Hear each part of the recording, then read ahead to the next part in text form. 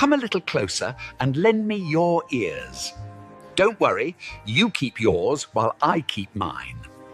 In each episode, we'll dig into the major stories, uncover the truth, and retrieve gems from Yada's blog. We'll discuss what's right, bark about what's wrong, wag our tails at the thrill of discovery, and take you on adventures through the exciting world we live in today. So, fasten your curiosity leash and get ready. Right then, coming to you with another episode of the Yada's Vlog on a Blog. Tomorrow's news, disseminated today. Let's dive in.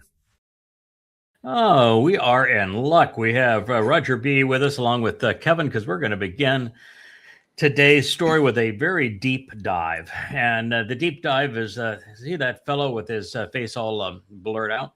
As it turns out, he is a special forces from Ukraine who operated under orders of none other than Zelensky to blow up the Nord Stream pipeline. And they've got him absolutely dead. Roger, you're a perfect guy to comment on this. We're going to get to the dive requirements in a moment, and you have a lot of experience at this depth and know a lot about it. So you can report in on what we have subsequently found. But what this means, ladies and gentlemen, is two things that are really, really important. One is that the entire war, this proxy war against Russia, is a setup. And this occurred before the war began, and it was the Ukraine government that orchestrated the destruction of the Nord 2 pipeline, which would have been able to provide inexpensive energy to Europe and keep that continent's economies going, and to promote this myth that it was Russia that was the aggressor, as opposed to the truth, which is that the United States using Ukraine as a proxy. Zelensky was the one who gave the order to blow up the pipeline. Now, that also means that not only is Zelensky willing to lie, because he has repeatedly and continues to blame the Russians for doing this when he in fact did it. So you can't trust anything that comes out of the man's mouth, which should have been obvious to everyone. Also that the first act of war, this is a criminal act of war. It's a war crime, that the war was initiated not by Russia, but by Ukraine, and that changes everything. And next, it means that the grand liberal poobah of journalism, Seymour Hersh, was wrong. He got played when he claimed it was Joe Biden who authorized this in American special forces. He got played. So that's pretty embarrassing for him. And it's also exceedingly embarrassing for Europe. What in the hell are they going to do now that they have cast this false scenario that Russia was the aggressor when the war was started by Ukraine? Their economies were tanked by Ukraine, and subsequently they've been getting billions of dollars to further destroy their economies while putting themselves at the precipice of world war against Russia, which was instigated by Ukraine. How do you deal with that? Now, if you're Europe, right? And oh, by the way, this bum there on the cover that was all fuzzied out, they call him K. We'll go and reveal his full identity, but he was an armed participant in the regime change operations that were deliberately sponsored by and attended by, armed by the United States to overthrow the pro-Russian government in Kiev of Ukraine. He was an armed participant in them. It even undermines this peaceful notion of a popular uprising, yes, to throw off a tyrannical government. It's all a lie. Everybody's been lied to. Can people finally get out of their stupor and realize the entire Ukraine war is a United States operation at regime change to go kill some Ruskies so they can control Russian assets, and that every aspect of this war as it is presented by everybody in power in the United States and the journalistic community is rubbish. Let's read the account because this is just delicious. A Ukrainian soldier has been charged in relation to the explosions which crippled the Nord Stream gas pipeline in the Baltic Sea in 2022, before the Ukraine-Russian war began.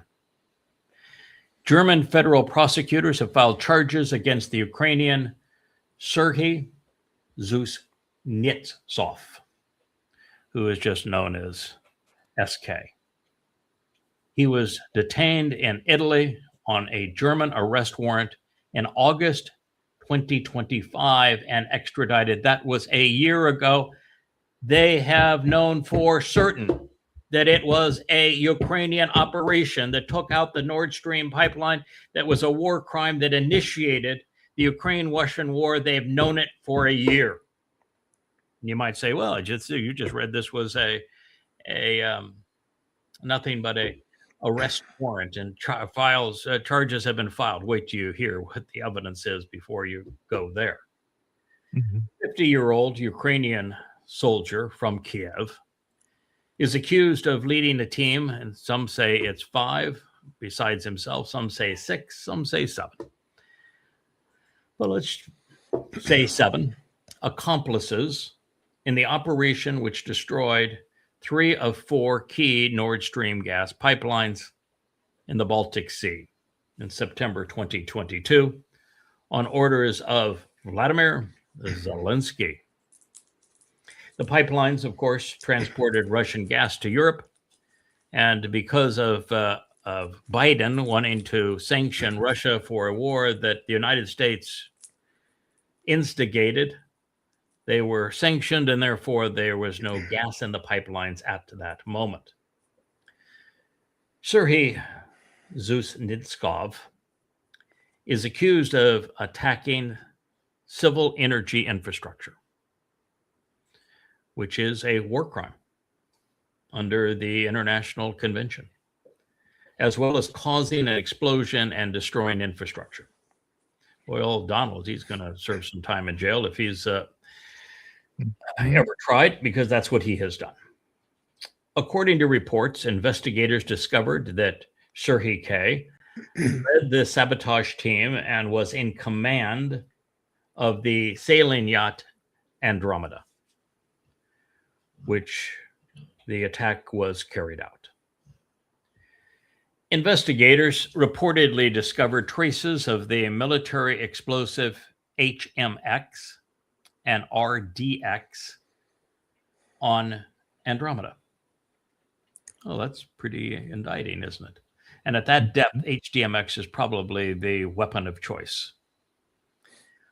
Of Serhiy Kuznetsov's 7 alleged accomplices, one has already died, having been killed during the war in Ukraine.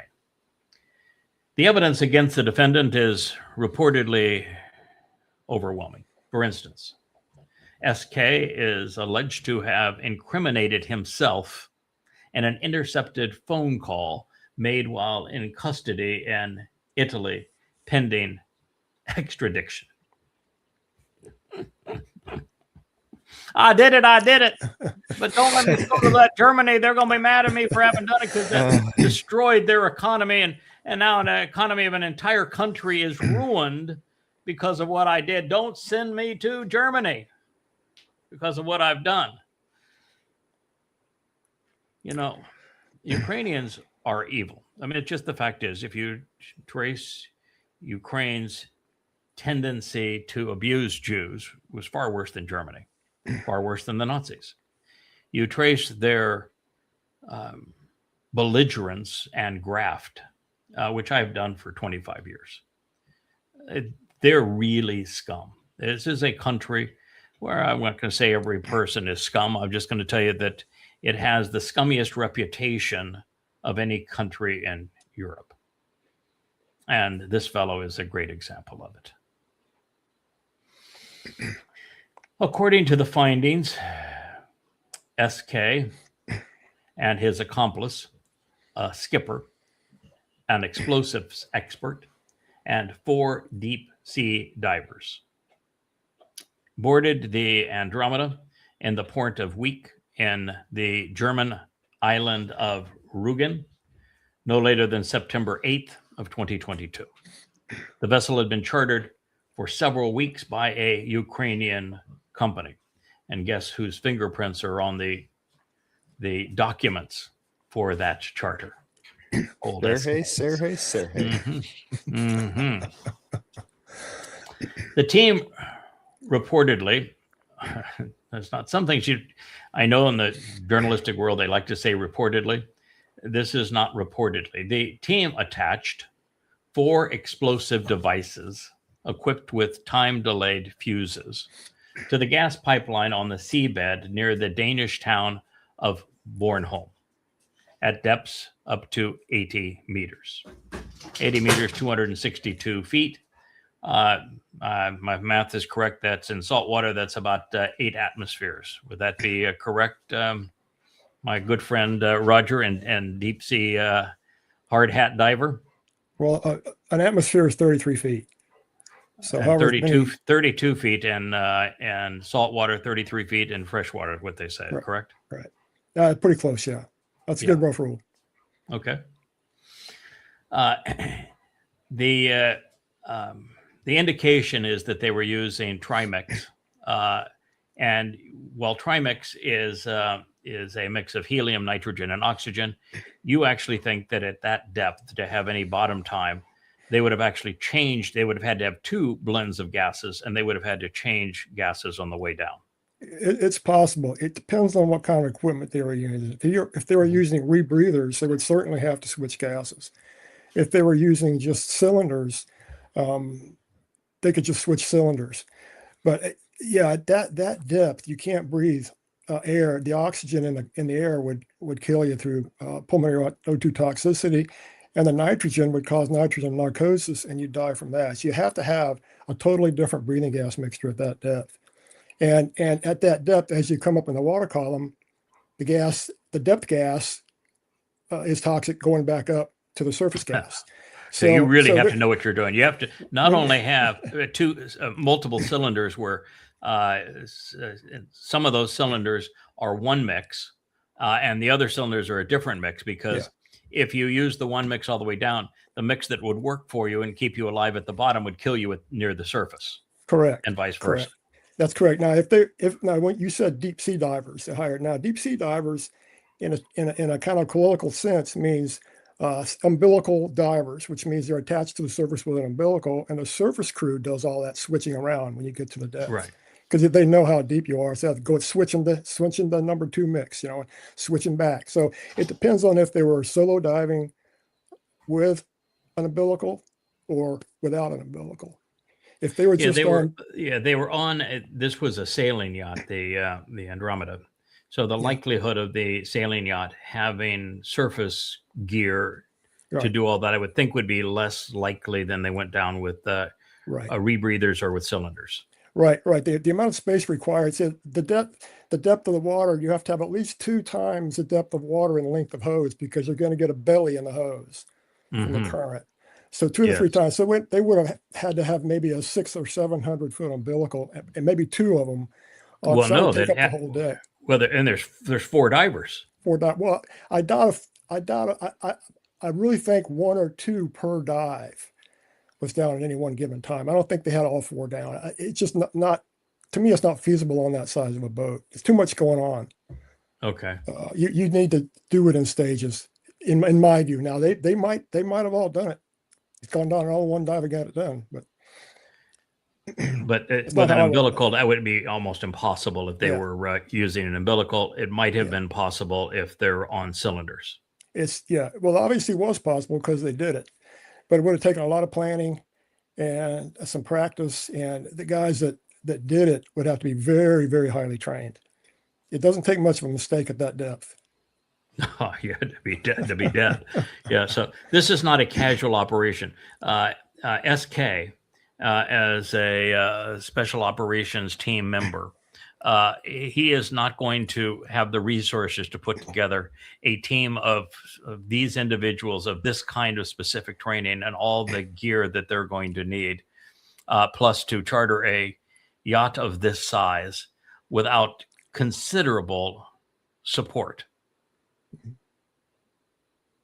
Oh, absolutely. Financially, Yes. yeah, and being able to get all the personnel together, the exact right people to form the team, and then to not just carry it out. I mean, keep it quiet. Yeah, yeah. I mean- To pay a qualified diver for it would have to be about a week's time to conduct a dive at this depth. And then to tell such diver that what you're going to do is work with high explosives and you're going to attach them to a pipeline, which is a war crime. And then you're going to have to keep quiet about what you have done. What kind of do-re-mi would you have to incentivize a diver like that with? Oh, it's. I don't even think it's money. It's got to be motivation. There has to be that personal pride of fight for my country motivation. But there's Nobody not that does that many. for money. But there's not that many Ukrainians with is essentially a rump state. We're going to be a rump state without Odessa. Essentially a landlocked country, soon to be, that are going to have that kind of expertise. I mean, That's true. I wouldn't go to Ukraine to find that kind of expertise. That you're going to Right. go to another country where that kind of expertise and that kind of training would be possible. I don't think they have schools to teach people how to do this in the Ukraine. No, What do you think, but Roger? they do in Norway. Norway's a big diving Yeah. hub for the North Yep. Sea oil industry out there. There's thousands of divers in Norway, and a lot of them will probably be lining up to get that job. So, ex-military, Norwegian military, commercial divers, deep sea divers, if you will. But yeah, he obviously got the people. I want to know who the four were. What nationality were they? Were they Mhm. fellow Ukrainians or were they Norwegians? So you're actually thinking that the answer, because, and I've read the same thing, that dive schools that would teach somebody how to do this exist in Norway, Yes. and that they would have no problem taking an enrollment. So this is obviously a very well bankrolled expedition, and so a government provides the tuition and the transportation. And the soldier, they're going to train them. Yes. Yeah, Correct. so it's just a matter of money. And that's correct. And if you were to hire a commercial diving company to come out and say they were going to service those pipelines for some reason, take photographs or measurements or whatever they're going to do, that's $100,000 a day charge to do that for a two-man crew with two support people. Really, 100 grand a day. Yeah. 100 grand a day, and this was a almost a week operation, and it was twice that. Yeah. So $200,000 a day times let's call it 6 days. Yeah. Yeah. And the equipment's expensive. It's not cheap stuff. And, to outfit one diver might be 40 or 50 grand. Yeah. If you're using rebreathers, they're about 25, 30 grand each. Then you got all the accessory stuff that's got to go with it. It's a big deal operation for sure. Yep. Okay. So the team attached the explosive devices, 80 meters, 262 feet. According to the details provided, the devices consisted of high-performance military-grade HMX explosives, which are specifically designed to work at those depths. That's a tough environment to work in, even for standard explosives. And they were capable of massive destruction and designed to detonate at these depths, which they did on September 26, 2022, starting the Ukraine-Russian war. Well, they got that wrong, didn't they? Forensic analysis found traces of the military-grade explosive HMX on a table in the yacht salon. Oops. Nothing to see here. Nothing to see here. You know, I've done a lot of yachting in my life. I've came here on an 82-foot horizon, and at no time did I have any HMX on my dining table. Right. It doesn't accidentally show up on. Yeah. It No. wasn't a poppy seed bagel. No. No. This was in the salon, so this was in the living room of the yacht. Coffee table book, seashells, a glass of wine, or High explosives. or HMX, which is your preference today. DNA and fingerprints. They found Sergei Zhutnitsov's DNA was on a glass in the yacht salon. I got HMX on in the salon. I've got his DNA on a glass in the salon. Do you think they got him? I don't think they thought that through very well. Oh my goodness! And again, it goes right back to Ukraine. America is using Ukraine as cannon fodder to go attack Russians, and they picked people that are like to do this kind of thing and are really shitty at it. I mean, they'll do it, but it's like this guy. What a clown! So his DNA was found in a glass on the salon, and his fingerprints were discovered on the rental agreement for the yacht. I want to rent your yacht, September is a really crappy time in the Baltic Sea, so I know it's not booked, but I want to rent your yacht, and I'm going to celebrate with a little high explosives and nothing to see here. Okay. Fingerprints was on the rental agreement. Prosecutors allege that he had a 5-person team, 6 total as opposed to 7 total. That's the only discrepancy, and maybe the one is the one that's already dead. State orders. The indictment states that the group acted on the orders of state authorities in Ukraine. While they did not name the specific leaders in the initial charges, a Wall Street Journal report citing U.S. intelligence claimed that the operation was initially approved by President Vladimir Zelensky. Amazing, huh? The little cokehead I tell you what, fired the first shot in the war. He's come a long way from his piano playing days, for sure. Oh, the clown and all of his little circus act. I mean, he was really a 2-bit entertainer, really crappy entertainer, and a doofus.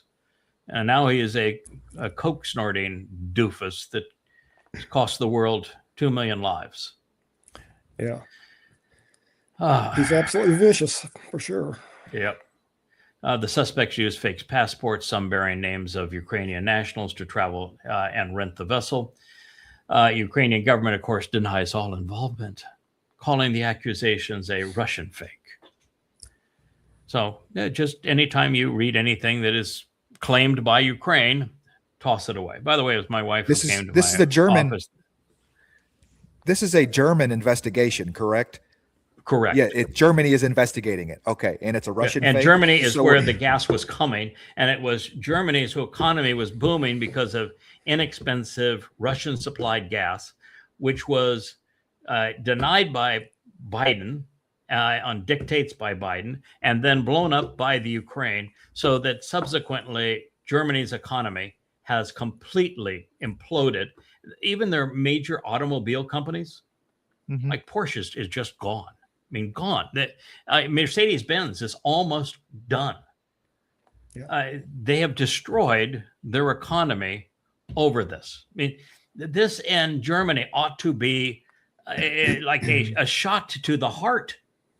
I mean, their economy has been destroyed over a lie that Russia initiated the Ukraine war when it was a Ukrainian that initiated that war, and that Germany's economy was tanked in the process. Yeah.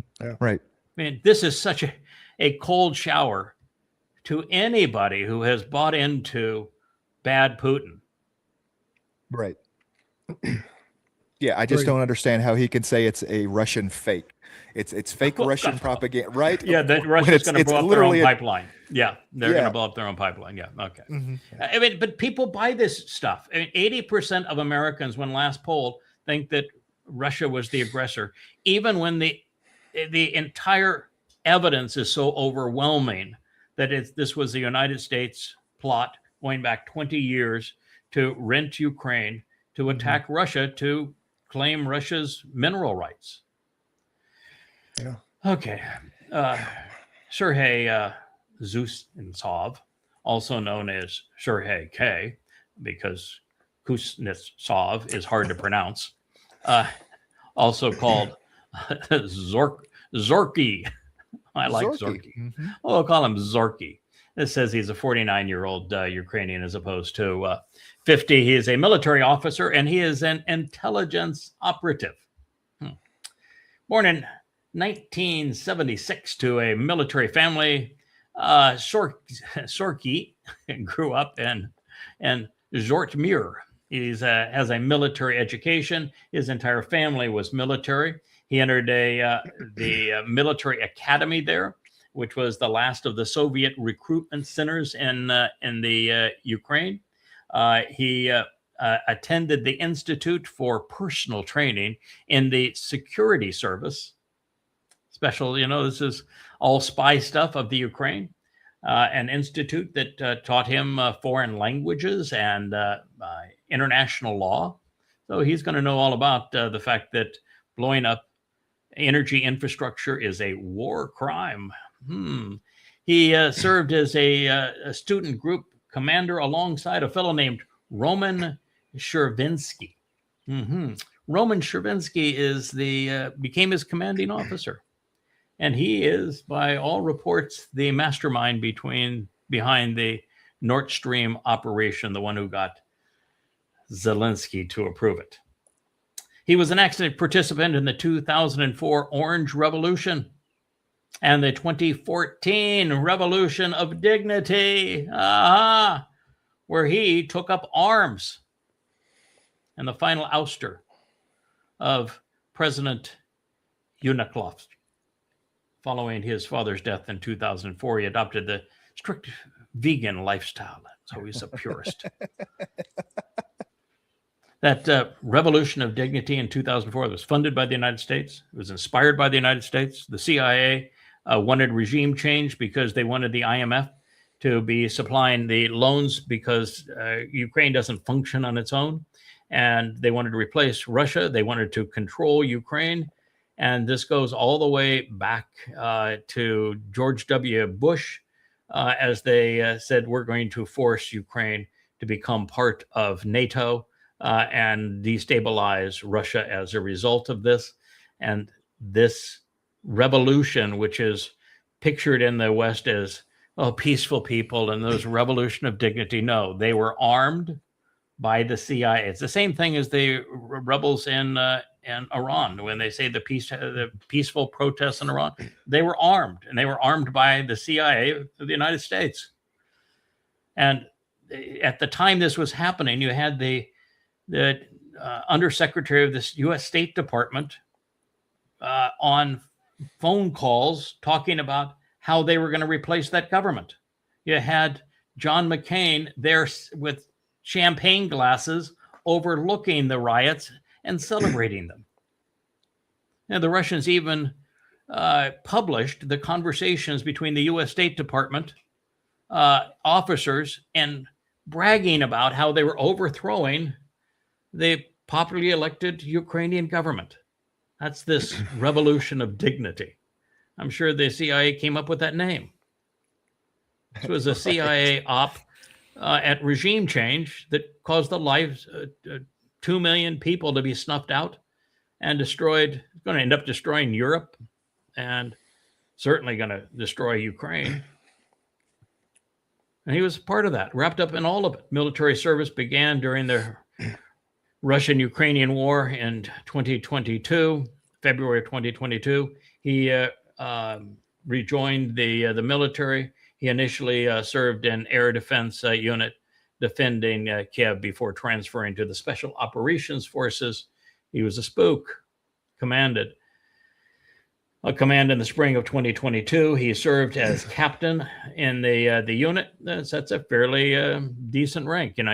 Captain in the Navy would be exceedingly high, and a captain in the in the Army is a middle rank. So it depends on what their rank system is as to whether or not that's very high rank or middle.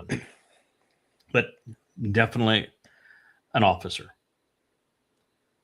So Seymour Myron Cy Hirsch of the New York Times, you got played.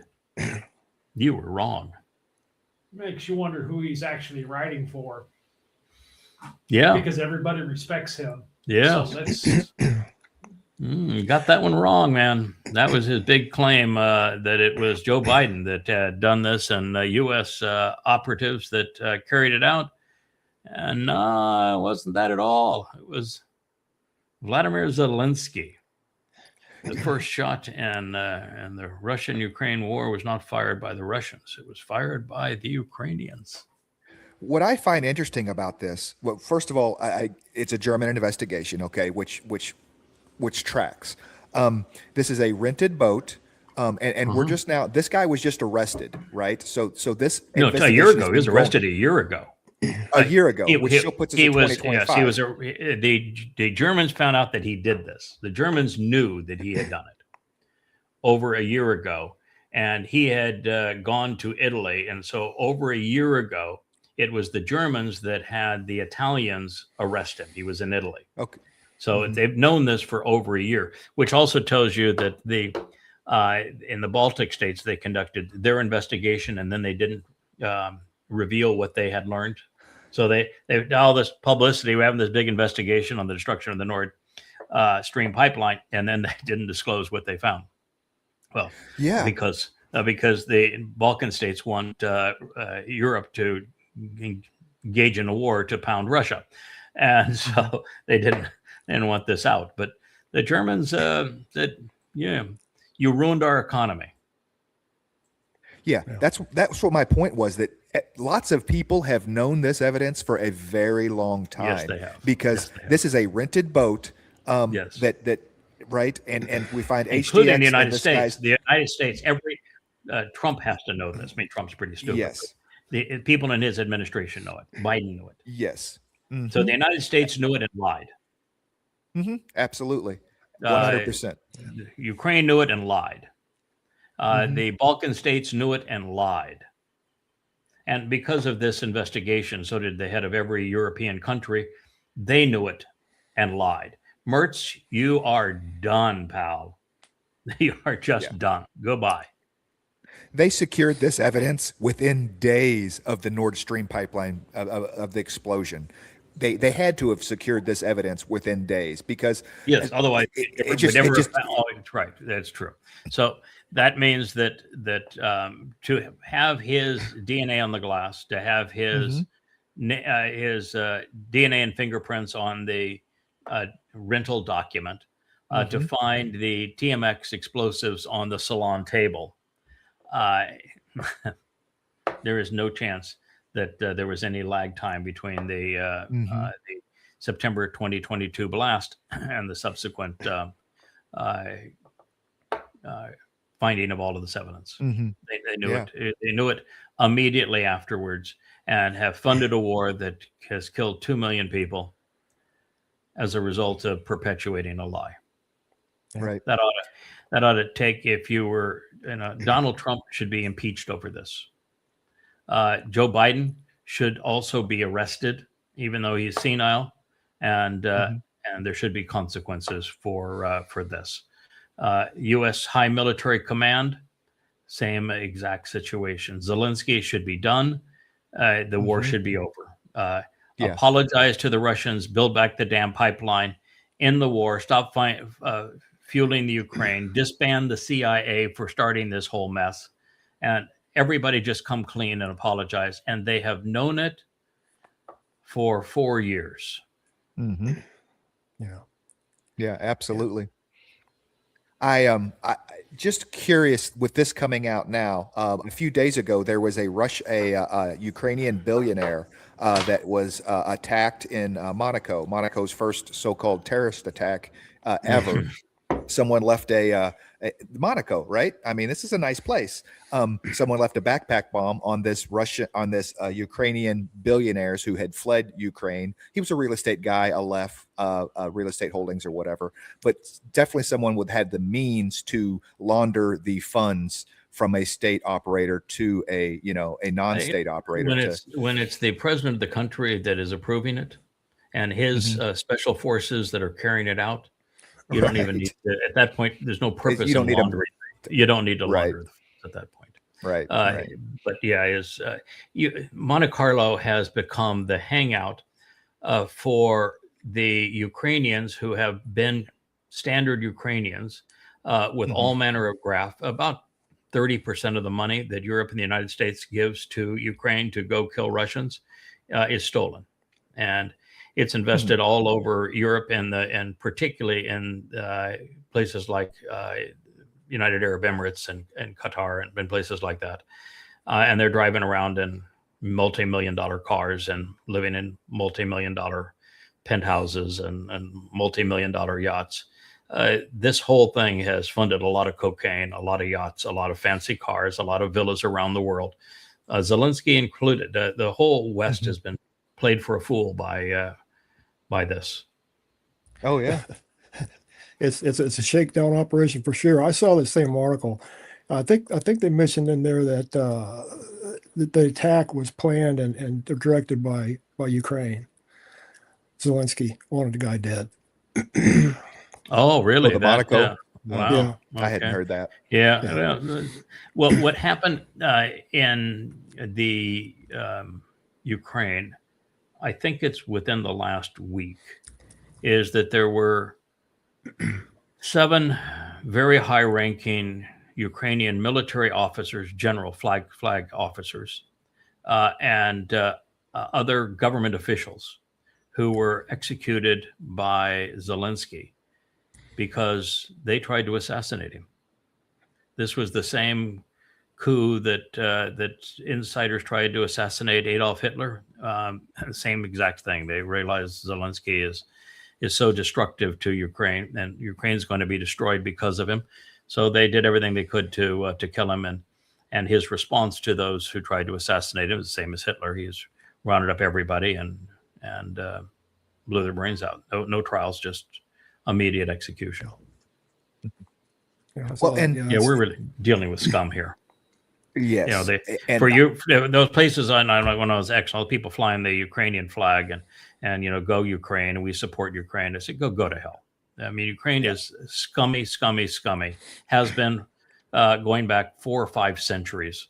And it is the worst in terms of anti-Semitism and carrying out torturous events, throwing little babies against walls in front of parents to crush their skulls and in killing thousands of people at a time. It was the worst massacres during the Holocaust, and the Ukrainians themselves carried them out. And it was it's just a hideous country. That's why Putin doesn't want any part of it. He wants to protect the ethnic Russians in the east and in the south. And he wants no part of Kiev and no part of the rest. He can't stand them. He hates them, and he knows them. And the rest of the world should take the same approach to them. It is the disease that affects Israel today comes from Ukraine, the Haredi. That is correct. The Haredi religion is from the 16th century.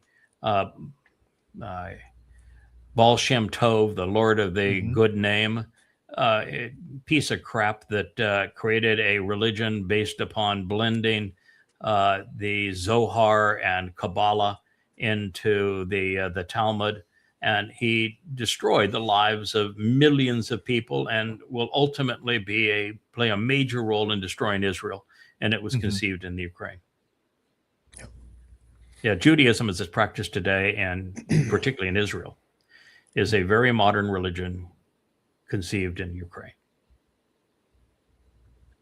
So those Yeah, who I think just- that Judaism is practiced in Israel by the Haredi, which is the only really recognized form of Judaism in Israel. Reform outweighs the ultra-Orthodox United States, but those guys with the black hats and the weasel hats and the morning suits and all that sort of thing that are protesting against having to defend their country and the IDF, that is a religion that does not go back very far. Its roots are in Ukraine a few hundred years ago. I wonder if Putin's been able to, through probably not directly but indirectly, disrupt the flow of weasel hats out of Ukraine. I would encourage that. Yeah. I can tell you those that and Leah gets upset with me sometimes when I say this, but I'm going to say it anyway. And by the way, I credit Leah. She was the one who brought me this story. And my first response was, nah, I read that Seymour Hersh article, started following Seymour Hersh again after his Malai books. And he was, when he accuses somebody who is of his political persuasion, and he's a Marxist, then you have a pretty good indication, as much as he loved Biden, because Biden was so liberal, that he would not have reported all of these insiders to carry that story. So I said, nah, I just don't think it could have been it. And I know my other issue is that Ukraine is essentially a rump state, and this was much too difficult a dive to have been done by amateurs. It sounds like a military operation and really highly trained operatives and a ton of money in this particular case. But the CIA was funding Ukraine tons of money, and they would have had their special services team trained in Norway, and they rented a boat and got her done. So the reports are right. I mean, the evidence here is overwhelming. And this almost seems like for lack of a better term, olive branch to Russia, as far as Germany saying, hey, look, and we're releasing this information, not keeping it silent, so that our public can know, and that we can start forming this gradual public opinion against this Ukrainian war. Hey, we were all fooled. Ukrainians bad. Let's just close up shop and let Russia, and well, leave, the trouble with Ukraine that, of course, alone. is that Merz has been the worst of the trilateral heads of Europe, calling for European war against Russia. So that works against that. The second part is that you would think it would be an olive branch in the sense that there was the assassination attempt on Zelensky this week, and this is enough to call Ukrainians, any decent Ukrainian at this point, has got to say, oh, what scum we are. We started this war. And it completely undermines any argument of Russia started the war. No, the war was started by Ukraine, but instigated by the U.S. And this particular guy was armed as a participant in the revolution that was funded by the U.S. State Department and CIA. So the cat's out of the bag, man. Deal with this reality. Stop this damn war. Stop supporting Ukraine, and bring it to a close before Russia nukes Kiev and then begins to nuke Europe. You lied, and the fact that they have known for all of this time and continued to lie against Russia. What does it say about that the two blondes that blabber against Russia at the European Union head? It says that they're all just lying scumbags. And Merz, this has to be the end of him. Has to be the end of Zelensky. You'd think. Has to be the end of Macron. All of them. Yeah. You can't deal with this any other way. The evidence is undeniable. It's Ukraine that started the Russian-Ukrainian war, and you've known it for 4 years, and you've lied about it. And 2 million people have died, and you bankrupt your economies. It's a man. It's a bitch here, man. This is a tough one. It's tough. The Nord Stream operation. looking at it from a broadly that I do sometimes, it was a sloppy operation. In This my was, view. yes. And an ordinary 2-bit household break-in hours thief knows better than to leave fingerprints all over the place when he breaks into something. So I think they got lucky, and with it could have gone bad just as easily for them. He could have lost all the divers. Yes. But it succeeded, and that that toppled over another domino. Yeah, except they got caught immediately afterwards, and the world lied about it. Yeah. I mean, there's no chance when they got caught immediately after, which had to be because of the accumulation of this evidence. Yeah. There is no chance that the U.S. didn't know about it and that the heads of European states didn't know about it. Absolutely. With the amount of Russian activity that takes place in the Baltics, with the amount of the other navies that takes place in the Baltic Sea, right? You're telling me that they can't roll back satellite tape and see we know where the Nord Stream was blown up.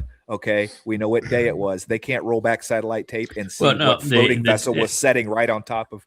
It was probably blown up. It was timed fuses. So it was blown up a week after they set the fuses, so they get out of Dodge. The Russians, though, have stated that it was a Ukrainian operation from the beginning. So they knew that this was the case.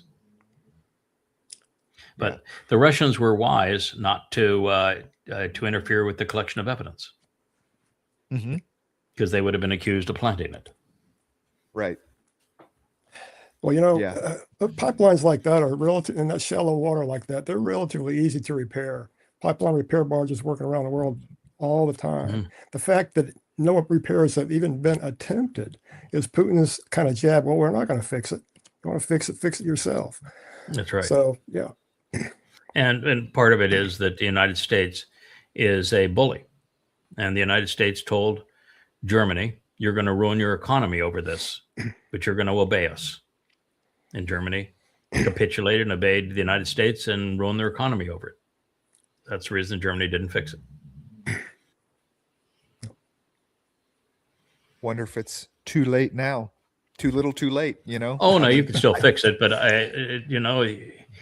when your country's leaders have lied about something as fundamental as that Russia instigated the Ukraine war, and you have every media outlet in the world parroting that stupidity, and the presidents of the United States and the military and every media outlet in the United States parroting the same lie, which is pervasive on social media, that Russia instigated this war. In fact, even if you fact check this, and I read probably 10 articles on it, everyone talks about Russia instigating the war. And what this proves is, no, they did not. Why can't people think? This war was started by a criminal act and a war crime by Ukraine, with the full knowledge now of the West and at the orders of Zelensky. And this guy that perpetrated it was one of the armed combatants armed by the CIA in regime change that instigated the war. Yeah. I wonder if he'll ever see trial. I wonder if he'll ever have testimony in an open courtroom. Oh, you think somebody will kill him?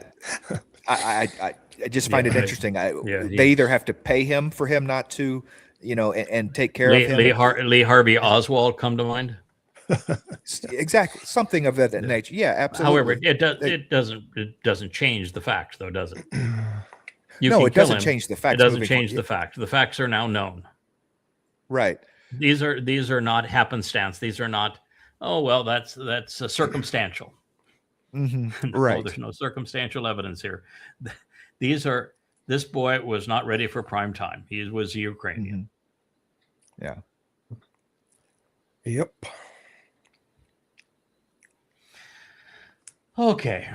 Back to other lies. Can we not watch this one? This no, we're girl not going to watch it. My head hurt. Okay, she makes my head hurt. But I just want to say, so she has these things. You can't trace back to Christ. Well, the first thing on that list is Christ. Christ. There isn't any evidence that there was a Christ. None. There is not a single historical record of any kind that a man god arrived on Earth. Not one. And you'd say, oh, what about, Josephus? He wasn't even alive at the time. He hadn't even been born. And the oldest witness in the language that he wrote the history of the Jews dates to the 9th century. And on top of all of that, he was a traitor and he lied about everything, including Masada. Right. So no, you literally have nothing. And the books that you claim are eyewitness accounts, not a single one of them was an eyewitness. And there wasn't any one of them that was written within 2 generations of the events. And the first 2 that were written are part of Paul's posse, and Paul was just a criminal. He was a buffoon. Talk about sloppy. He never got a single quote right from the Torah and prophets to prove his religion. Everyone he butchered. He never once quoted his, guess who? Christ. Never once. The religion is an absolute ridiculous hoax that wouldn't fool a 5-year-old. So you want to list purgatory, indulgences, implicit faith, infant baptism, baptism, period. Merit, transubstantiation, the water becomes, or grape juice becomes blood. The bread becomes flesh. Prayer to Mary. There wasn't even a Mary. There was no Mary. The whole thing is a lie. So, they took a historical. Go ahead. They took a historical event and turned it into this just horrible fairy tale. Correct. There is a historical fulfillment by crucifixion of Passover in Jerusalem in 33 CE, which happens to be your 4,000 Yah. And there are eyewitness accounts of exactly what occurred, written 1,000 years before it occurred, that specifically describe the pain and death by crucifixion 600 years before crucifixion existed and 700 years before Rome existed. And it was written by Dode, the man who endured it, because it was written in first person. So the lie that is Christianity is so pathetic. And you don't think I'm being unfair to Christianity? Then you go to yadayah.com, read or listen to. Now you can listen to them. We have talking books that are real page turners. Go to the books, go down to Twistianity. There's 5 volumes. You can listen to them. You can read them. They're all for free at yadayah.com. And you read them. And then you send me a note. You can find out how to reach me on the site. You send me a note, and you can apologize if you're saying that's unfair. My Jesus, he's real. He was really God. Well, there was a God. God became a man, and men killed God. And then my God, he came back to life. Oh, what a bunch of nutcases. It's nothing but the product of identity theft. Mostly of David, who was the actual Messiah, chosen one, and king who actually fulfilled Pesach through crucifixion, and the rest of it is Dionysus. Yep. And Amazing. the author of the first 14 books and the one who inspired the next 3, Paul, admitted to being demon possessed. He was a buffoon. And there's a gap of many generations between the event and when the first accounts are scribed. It's not like somebody put pen to paper right after it happened. It took, or that they were written by eyewitnesses, because they weren't. Yeah, right. They weren't.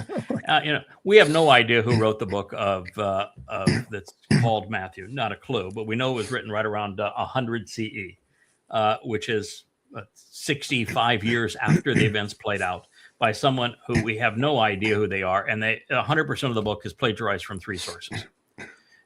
And so it contributes nothing new other than we gain access to what the Ebonim had to say. That's the Olivet Discourse and the Sermon on the Mount. The rest of it is just copied from Luke and from Mark. And then Mark is just a really crappy job, and it was the first one, and Mark was part of Paul's posse. Luke then copied most of his gospel, of which is Paul's term, came from Luke, and then he added a bunch of fairy tales of dancing fetuses and all kinds of other just unbelievably stupid fairy tales. The whole thing is rubbish, and it's exceedingly easy to disprove. And those books, the two first gospels, to use Paul's imaginary term, where he said, if there's a gospel from heaven and I have my gospel and they differ, then my gospel is right and heaven's gospel is wrong. So said the demon-possessed man. They were written 2 generations after the fact by non-eyewitnesses who weren't even in the country at the time. And Paul didn't invent Jesus until 52 CE. All right, so the book of Enoch. First of all, we have to be thankful for one thing. They got the name wrong. They got the name wrong. I'm glad they got the name wrong, because I really would be even more frustrated to have them. That's my name, Chinook. And I would be even more frustrated to have my name, Chinook, destroyed. It's, prepared and deployed is what Chinook means. I would hate to have that name besmirched. The book called Enoch was written in about the 4th century sometimes, and by an imposter, because Chinook, there's 2 Chinooks, first and second Chinook. First Chinook goes back almost 6,000 years, and second Chinook 5,400 years. And they did not write a book, and they most certainly wouldn't have written this book. This book is an absolute fairy tale. And the fact that it's cited in the book of Jude in the New Testament tells you that the New Testament is as deceitful as is the con job that is the book of Enoch. That's the problem of Revelation. The book that Revelation paraphrases the most is Ezekiel. And Ezekiel is as satanic as they come. Yeah. Well, isn't Enoch considered apocrypta? Yes. Well, it depends. In the Roman Catholic Bible, it's part of the conical books. So there's many Coptic and Orthodox denominations that consider it conical, not apocryphal. Yeah. I think it speaks of giants. Am I correct? Oh yeah, giants ruled over the land. And the Nephilim, who people want to attribute to giants, means exactly the opposite. It's from the verb nephal. It means the fallen. Right. There were no giants in the land ever. The whole thing is just it's sloppy easy jobs of translating and then intermixing books like this that are rubbish. Yep. It's easily dismissed. Yeah, for sure. Easily. Oh, that book is so easily disparaged and trashed. I think it's as easy, it's far easier to disparage and trash the book of Enoch than it was the book of Ezekiel. The book of Ezekiel actually has merit because it's clearly inspired by Satan. Every aspect of that book from beginning to end is satanic. And so to understand Satan's mindset has tremendous value. So I think we gained a lot by the 2 volumes I wrote disproving the book of Enoch, because we learned so much about Satan's motives and even about the Coppercon, Donald Trump, and his grandiose plans. That's all from the book of Enoch. Ezekiel. Yeah, but it's also the book of Ezekiel. I'm sorry. Yeah. But it's being part of the Babel series. It's what so many of the rabbis want to hang their hat on, Correct, anything. They love the Valley of the Dry Bones, and they love the new temple because they want a new temple, so they love a new temple. They like changing all of the 7 Moed Mikra are all changed. One of them is maintained, but with an entirely different purpose, and the others are either corrupted or replaced. I mean, there's a do nothing day. The rabbis love that. There's a new moon day. There's an All Fools Day. It just so rabbinical that it was fun to trash it.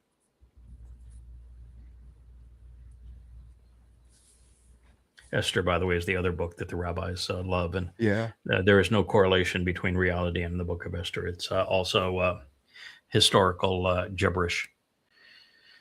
All right, so he wants to know: is it wrong to disobey God's diet laws? Well, I'm gonna go in and eat some baby back ribs. Well, so how many laws does God have regarding? Well, let's just start with anything. Zero. Zero. Yeah. Does Torah mean law? Nope. No. It's teaching and guidance, doesn't it? And so how many dietary laws are there? None. Well, None. All right. So God talks about food in 3 different places. And one of those places, Moshe comes right out. Now, Moshe would be an inspired spokesperson from God, pretty assuredly, wouldn't you say? In fact, yeah. if Moshe is not an inspired person from God, then you can't have any of this, can you? Nope. Got to throw it all Nothing. away. There is no Torah without Moshe. So Yes. if Moshe says it, it has to be as valid as anything else in the Torah, correct? Mm-hmm. Yeah. Mhm. So doesn't Moshe go on and on and on to say, you can eat whatever you want? Mm-hmm. He just says, I only have one, God's got one hard, fast rule. You can eat whatever you want, whatever your heart's desire, whatever you think is good. You can eat it, clean or unclean. You go ahead and eat it. Only got one rule. What's the No one blood. rule? No blood. No drink blood. Which makes the Roman Catholic Eucharist look like and regular Christian communion. And Jesus, this is my body broken for you, and this is the blood spilled for you. It makes it look really stupid and pagan, doesn't it? The guy says, don't do It's that. satanic. Yes. Yeah, it's satanic. Don't do that. He says, don't drink the blood. Why? Because blood he says, is sacrificed to save your soul. Pesach and Teruah, the lamb and the bull. That's the message there. But he says, eat whatever you want. Then when he goes to the 2 places where he says, this is good for you, this is not good for you. I've lost the stream on one of these computers. I don't know what the deal is. Oh, it came back. This is good for you, this is not good for you. What he's talking about there is, this is healthy for you to eat. This is not healthy for you to eat, but you can eat whatever you want. And from that time that was revealed, which would have been 3,440 years ago, until about 50 years ago, everything that he said, you shouldn't eat this, this is not healthy for you, was not healthy. The sea creatures, waterborne creatures, they said don't eat. They're cleaner fish, cleaner crustaceans. That means they're the garbage disposals of the oceans and of lakes and of rivers. And that stuff still carries warning labels for pregnant women. All of this stuff still carries warning labels for pregnant women today. Right. And there's about 8 serious diseases that are passed on and have been from a pork, because a pig will eat anything and their stomachs don't work properly to digest it.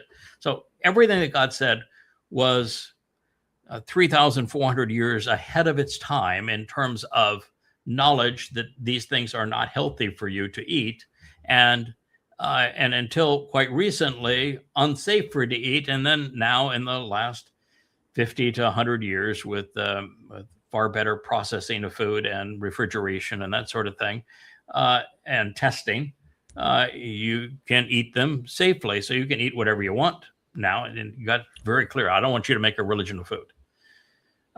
The kosher laws have nothing to do with the Torah. The kosher laws are purely rabbinical, and they're control and money-making schemes. So there you go, pal. I can answer your question. Right. Oh, this guy wanted to go all the way back to the garden for his proof, right? About God gave Adam and he, of course, he says Eve. He has no idea who Chawa is, right? Right. One law. All they had was one law. What they didn't have a law. It wasn't even a law, because God said you can eat from whatever you want. You can eat whatever you want. He just says, if you eat from continue to make a practice of eating from the tree of knowledge, in that day you're going to die. And within that allotted period from a a day pursuant to the Torah, Adam did, and Chawah died much before that, and so in fact it was, I think, within a matter of 40 years of 1,000, he did, and even with Yahweh, the instruction was given in the imperfect, which is make a habit of it. So he could have munched down on the fruit of the tree of knowledge and just set it down, and Yahweh wouldn't have given a hoot about it. Just stop. But no, there was no law. You're wrong. But such is the truth. Case with everybody who professes religion, and so you don't have a Torah class there, Mr. Merritt Island, Florida. You're just making a fool of yourself, and you're embarrassing yourself, and you ought not do that. You don't know what you're talking about. I can tell you the first part, though. I can tell you the first part. The first 3 words he got right. It is wrong. It is wrong. It is wrong. That's right. Period. And thank you for my speaking fee. I'll be going now. Yeah, I'll be going now. It is wrong. They do make a good filter, though, for the religious. This is a great it is filter. Oh, I like it because keep them out a bunch of the women in that Mother Goddess cult, they have really gone out of their way to attack me based upon my conclusion, based upon translating the words of Yahweh accurately, that you can eat whatever you want, and they hate that. They much prefer to be religious and play by their rabbinical rules. And I've translated what God said. I'm going to go where the words lead. He says you can eat whatever you want, and he only listed foods that were not good for you and foods that are good for you, and that was true until about 50 years ago, where now you can eat anything you want and it's not going to be a problem. I was in the grocery store a while back, and I turned down an aisle, and in a cart ahead of me a little bit, there was a Hasidic Jew man. He had all garb on. It's full garb, black suit, hat, everything. It looked like he was in his late 70s or 80s. And he was pushing the cart along. He was twitching. His legs would twitch. His body would twitch. His head would twitch back and forth. His guards would go like that, like that. I'm like, is this guy having a stroke, or is this some kind of ritual? I don't know. It was something. Yeah, my view is, and that's what I said. Larry gets mad at me when I say this, but the people that creep me out the most, if I were, I have a more disgusted reaction to seeing Haredi men dressed in their, whether it's their weasel hats or their black hats and their morning suits and their little curly cues and their boxes on their heads and on their arms and all of this kind of thing. I'm more repulsed by them, and I think they were a greater threat to Israel than anyone else. I'm disgusted by a woman in a hijab. I'm disgusted by a Muslim man. I know the nature of that religion. I know why everybody should be disgusted by all associations with Islam based upon what the Quran actually says and who Allah was and who Muhammad was. And it is repulsive to me. If I see a woman in a hijab, I will always look the other way, and I will snicker, because to play religious dress up to a man who is a pedophile and a rapist seems like a really bad idea to me. It's just that of all the religious dress up, and I'm disgusted by the Roman Catholics, the popes and the cardinals and the priests and all that sort of thing. But I don't think there's anybody as negative, as wrong as the rabbis of the Haredi cult or of just Orthodox rabbinic Judaism. And the rabbis are really the cause of the cult of Christianity and the conspiratorial cult of Islam. They created all 3 religions. Just you talking about that just brought a thought to me. I have never seen, you never see video evidence of Haredi women. Do they exist? Anytime you see Haredi, it's always the men out doing something, marching, protest, or even in the Minions, and when they're dancing together, inside their yeshiva, and you never see. Yeah, you never see. One of the ways you can always tell how evil a religion is to how subjugated and oppressed women are. And, a Haredi man will begin his day saying, thank God I'm not a woman. Right. It's a very oppressive. Women are ostracized. They're segregated. They're a woman, a Haredi woman, in fact, an Israeli woman can't even get a divorce with her man's approval. There's a reason that Islam's scriptures became so misogynist. That's because that huge portions of the Quran came from the Talmud, and rabbis in the Talmud are misogynist. And so, they created this mess, and it's a shame what they've done to women. Shame what they've done to their children. God, that was God's condemnation. He said, you've corrupted your sons to the third and fourth generation. And typically when he says sons, he means children. So you've corrupted your sons and daughters to the third and fourth generation. Perpetually. There was but they do YouTube exist. They do exist. Women do exist. Okay. That's okay. why without Haredi women, there wouldn't be Haredi babies. So they exist. They just have to stay in the house, and they can never be seen. There's a they YouTube dance with video. other men. In fact, they can't even. And if a Haredi does want to join and somehow participate in the IDF, which is a really bad idea because they're not educated. They're not schooled in math. They're not schooled in language. They're not schooled in history. They're not schooled in rhetoric. They can't think.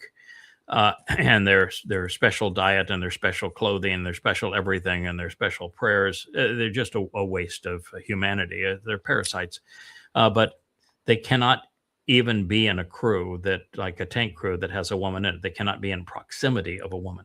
And so they're having to say, you've got to have tank crews if you're going to have Haredi that have no women. You've got to commit to there'll be no songs. You have to commit to the special diet. You have to commit that there'll be no women in any company that's anywhere close to a Haredi man. Wow. In Islam, it says that a woman is filthier than dirt. If you touch a woman, you must go and take a dirt bath. So a woman is filthier than dirt in Islam. And same with the Haredi. I can remember a while back I saw a video about a Haredi woman, how to make bread. And she was bald. Yeah, completely bald. 100% of Haredi women, when they're married, have to shave their head. And it's because, the hair is kind of the crown of a woman. And they, just to demean them, they force them to shave their heads. Yeah. And then they have to dress up in virtual tents.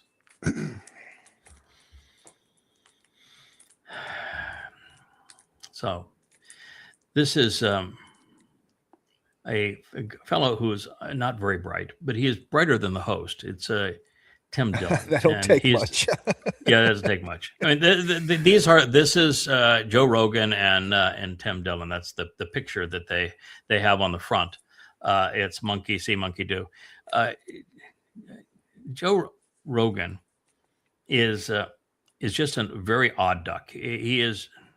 If you try to listen to him, he is clearly not a very bright man. He's not well read. He's not well spoken. And so what he does is he tantalizes his audience by conspiracy. And his favorite conspiracy now is blame the Jews. And it's because he doesn't want to be blamed for anything. He's doesn't have the force of personality, for example, of an Alex Jones that will spew his own conspiracies. What he does is he has somebody sit in the other chair and he lets the person in the other chair talk, and then he might chime in on occasion. And that's what this one is. This is a whole diatribe where Joe Rogan does his thing, and he introduces Jews in a negative way of saying that, prior to 10/7, I didn't know that Jews controlled America. And what 10/7 has to do with Jews controlling America, only Joe could tell you. But after the betrayal of Israel, and this is the thing that is so frustrating with the world. Just as I said, what we've just learned about the Nord Stream pipeline, and that the Ukrainians committed a war crime and began the war long before the Russians invaded. That's not going to change the mindset of a world that you now have to be willfully ignorant and willfully irrational to hold the view that Russia was wrong in this war and that Ukraine is defending democracy. The same thing is true with what just happened with the Memorandum of Understanding, where Donald Trump checkmated and betrayed Israel. And Israel had no say in what was negotiated and was betrayed in what was negotiated. At that point, the argument that Israel is controlling Trump is over. Mm-hmm. And if you think otherwise, then you're just ignorant and irrational. And here's Joe Rogan on a recent program promoting this lie.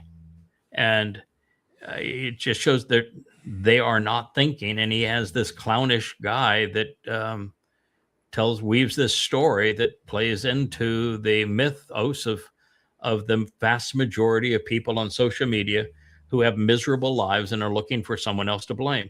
Now, this particular fellow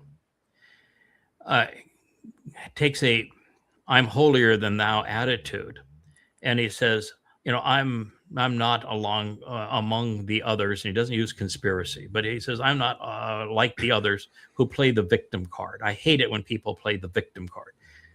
Conspiracy is all the victim card. That is what conspiracy is. It's I've been victimized. My life is miserable. And it's because of these other people who have made my life miserable. And it's typically blaming the Jews for making somebody's life miserable.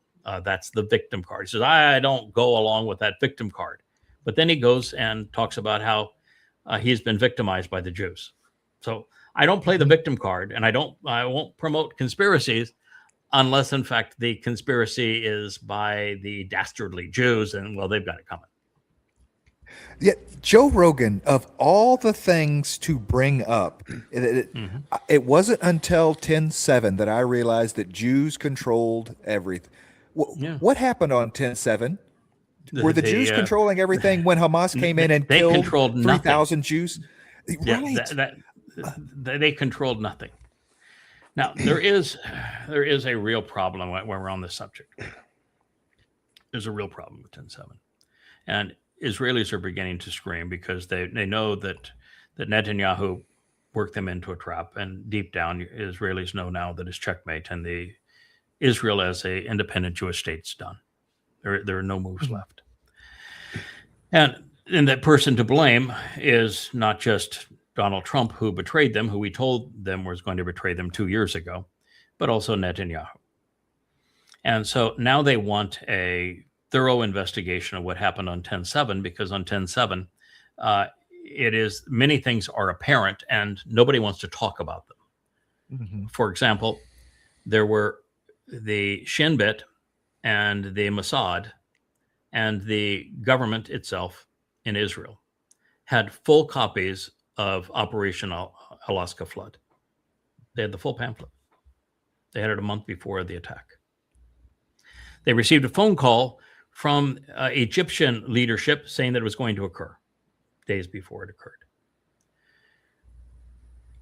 Very substantial numbers of the IDF personnel, lower ranking individuals that were along the fence line, told their superiors that there is evidence of a massive demonstration somehow and training for a mission that looks like it's going to try to breach the defenses here that's ongoing in the many days preceding 10/7. When 10/7 occurred at 6 o'clock in the morning, and they just ran bulldozers through the tank and cut the wall and started flooding in tennis shoes and walking into Israel. First wave was about 2,000. Second wave was 4 to 6 hours later with 2,000. And the third wave was 4 to 6 hours after that with 2,000. Israel didn't respond. Mm-hmm. They didn't launch the Apache helicopters. They didn't launch the A-10 gunships. They didn't roll any armored personnel carriers. They didn't bring in tanks. They didn't go to the border and make certain that no one was carried back as a captive into the border over a 12-hour period of time. Nothing. And it gets worse. They destroy the evidence of the crime.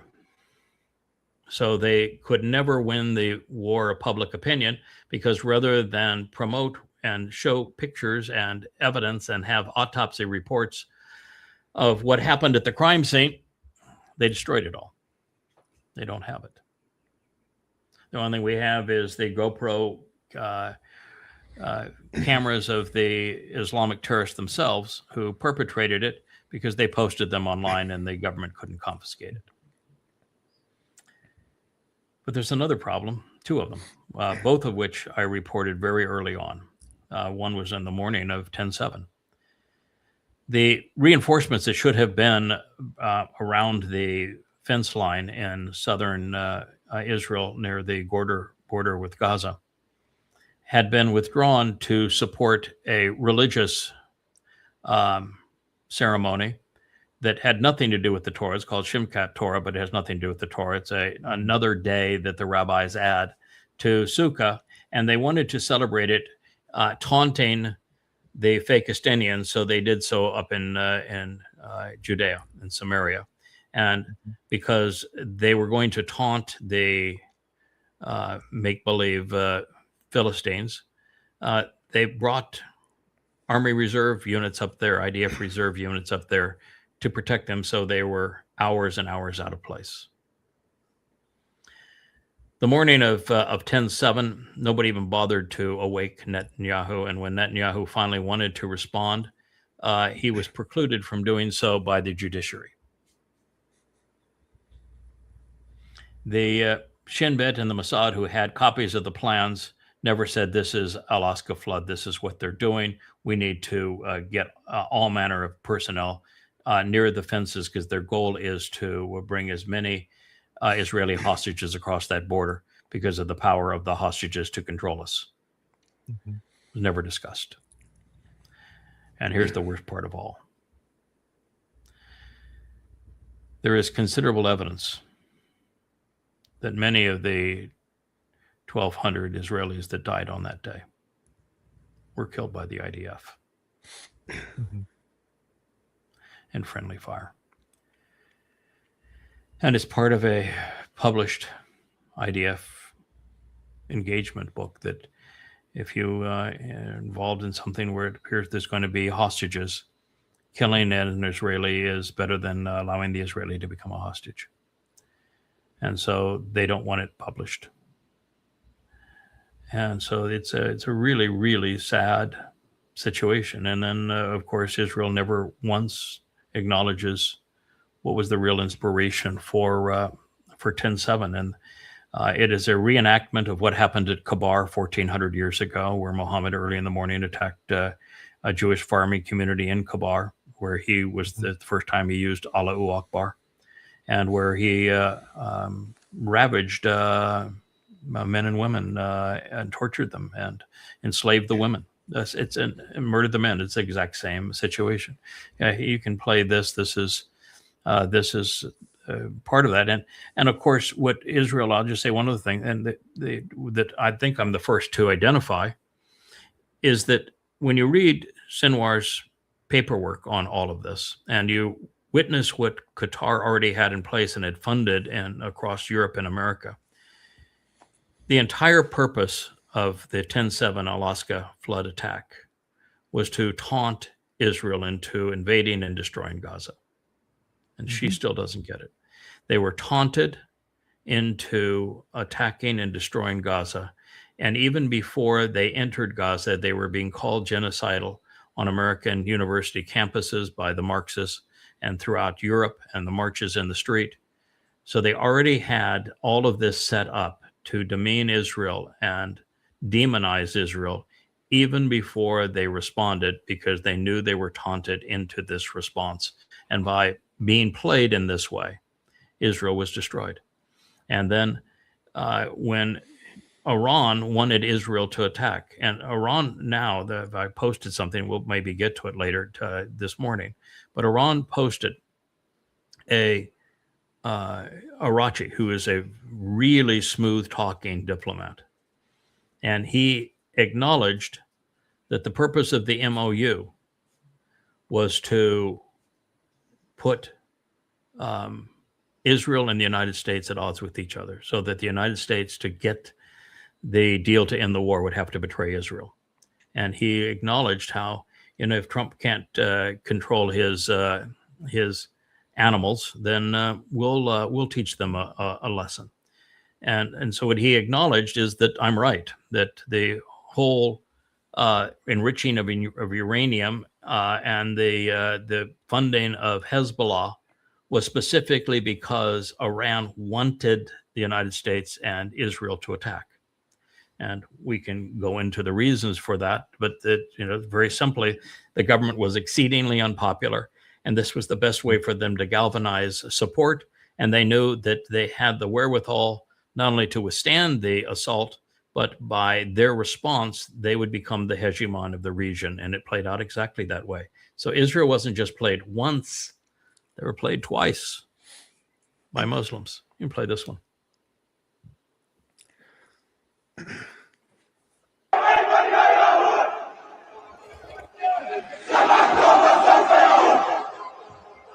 This is a video from a recent protest in Gaza, where you can hear people calling for another October 7th massacre on Israeli civilians. Almost 3 years after the October 7th massacre, there are still people who praise what happened and openly call for it to happen again. This is why the IDF continues to operate against Hamas, to dismantle its terror capabilities, protect Israeli civilians, and ensure that another October 7th massacre will never happen again. Listen carefully. You got played. I want to go a little further here. Let me. Okay. Oh, there we go. You got played. You got played. By invading and destroying Gaza, you destroyed Israel. The whole world turned on Israel because of what you did in Gaza. And literally, the whole purpose of October 7th was to get you to do that, and was to get you to try to take out Hamas. So when you see this and you realize this is a recent protest, that means that you are now insane to request what you're requesting. You want to continue a strategy that has turned the world against you and has not eliminated Hamas. And you want to continue it. That's insane. And you're not willing to acknowledge that that strategy is what caused the world to view Israel as the least desirable country in the world.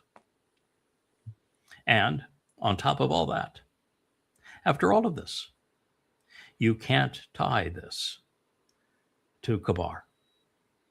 You can't tie this to Muhammad and Islam, to the Quran and Hadith.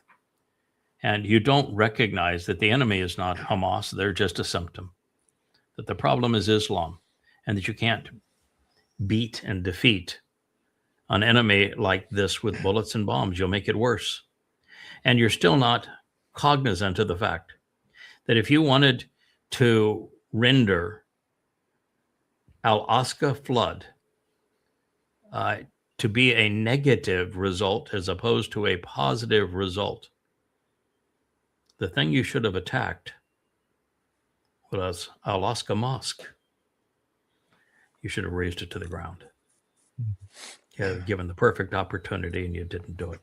To have this scheme by an Islamic organization called Al-Aqsa Flood, which is a Quranic slogan, take out Al-Aqsa Mosque to raise it to the ground as a consequence of what they did, would have turned the whole world upside down in terms of an understanding of just how demonic the claims Muhammad made about Al-Aqsa.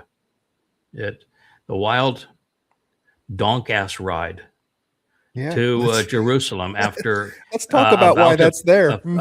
A pedophilia and satanic verses. Muhammad got caught admitting that he spoke for Satan, that he admitted that Allah was just one of a bunch of gods and goddesses, and then he tried to contradict that with saying, would all of Allah's messengers speak for Satan?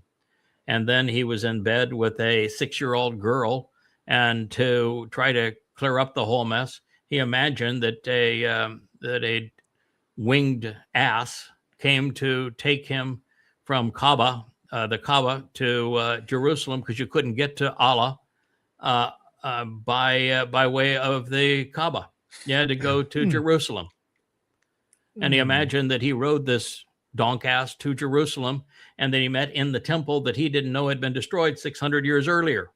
And by the way, he didn't even know the name of the town, the city.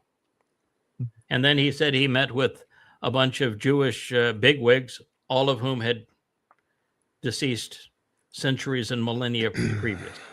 And then when he claims he went on this journey, that his donk mule jumped up to go visit Allah, and en route to Allah was hell.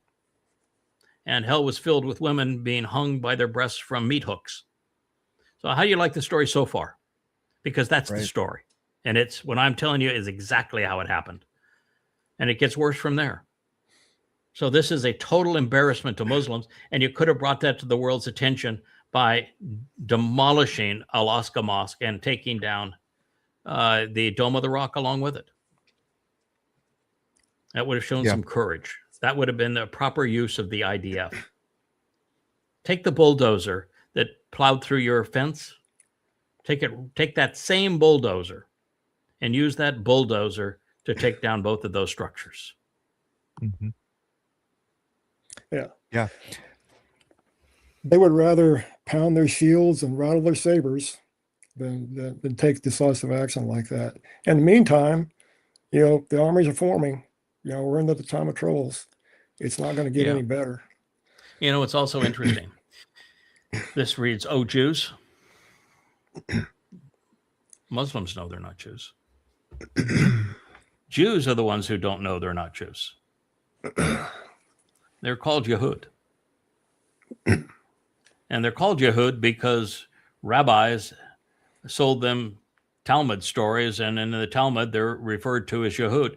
The first Jew did not exist until the 17th century. And all Jew is this terrible lie that removes Yahweh's name from his people. So it's a divorce declaration of now Jews against Yahweh. That's what happened. That's how they became Jews. And they're not saying Jews, they're saying Yehud.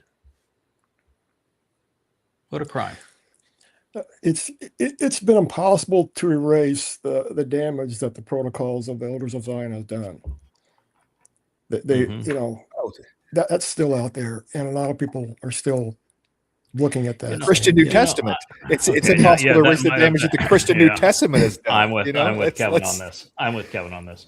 Well, there are, and I've written about it. There's lots of people that still believe that the Protocols of the Elders of Zion is a real book, real history. When in fact it's a paraphrase of a French novel where it was little devils that were meeting, and it had all to do with European aristocracy. It had nothing to do with Jews, and it was just had the names replaced. It's a fraud of the worst order, and it's so easy to demonstrate that it's a fraud of the worst order. It's astonishing that people are still stupid enough to believe it, but they are. Blame the Jews is the world's favorite conspiracy. But the basis of blame the Jew conspiracy is Paul. And what Paul's pal Luke had to the words he shoved in Peter's mouth, where they both claimed that Jews killed their God. And, bottom line is, God's not a man. God cannot become a man. God cannot be killed. And Jews never crucified anyone. The whole thing is a stupid lie, but that stupid lie is the basis for anti-Semitism and the blame the Jew conspiracy. I had a post here. We probably won't get to it today. I hope I can maybe reprise it for tomorrow if we don't.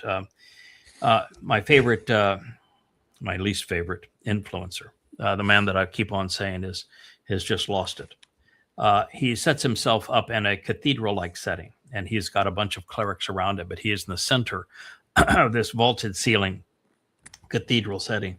And he's reading the story that's attributed to the myth of Jesus, talking about the person who was given all the opportunity in the world, but they returned nothing of value, and the person that was given nothing and they tried to deliver something. And the purpose of the story is to demean the Jews and to say, well, the Jews were given the opportunity and they were going to get the inheritance as a result. But because the Jews plotted to kill the Christian God, it was taken from them. And that story is used. It's probably the number one story that is used to justify demonizing Jews and justifying the replacement theology of the God of the Old Testament lied when he said that the Jews were the promised people and the chosen people, and that he was returning on their behalf. He just is a liar, but it's okay. We have a replacement God anyway. And the replacement God said all of this, that the Jews were going to be bypassed, and all the promises given to the Jews were going to be given to the Christians. Of course, no one bothered to say, well, if the God lied about giving the promises to the Jews, and now what do you think the odds are that he's not lying to you about giving these promises to the Christians? But the bottom line is the story that he's reading, Jordan Peterson's not smart enough, not honest enough to know that story doesn't appear in any first, second, third, or even early fourth manuscript. And that story first appears in Vaticanus and Sinaiticus, both of which were written by Eusebius at the command of Constantine. And the purpose was, we're going to make this religion anti-Semitic. And so he's reading a story that was written in the 4th century, specifically to demean Jews by Imperial Rome. Yeah. Yeah, that was the point. That I wanted to roll to this point in the clip, and you kind of touched on it with Jews. But what they are saying here is Kaibar Yahud, right? I mean, there is nothing whatsoever to do with the word October 7th will return. I mean, let's play it again. Carefully.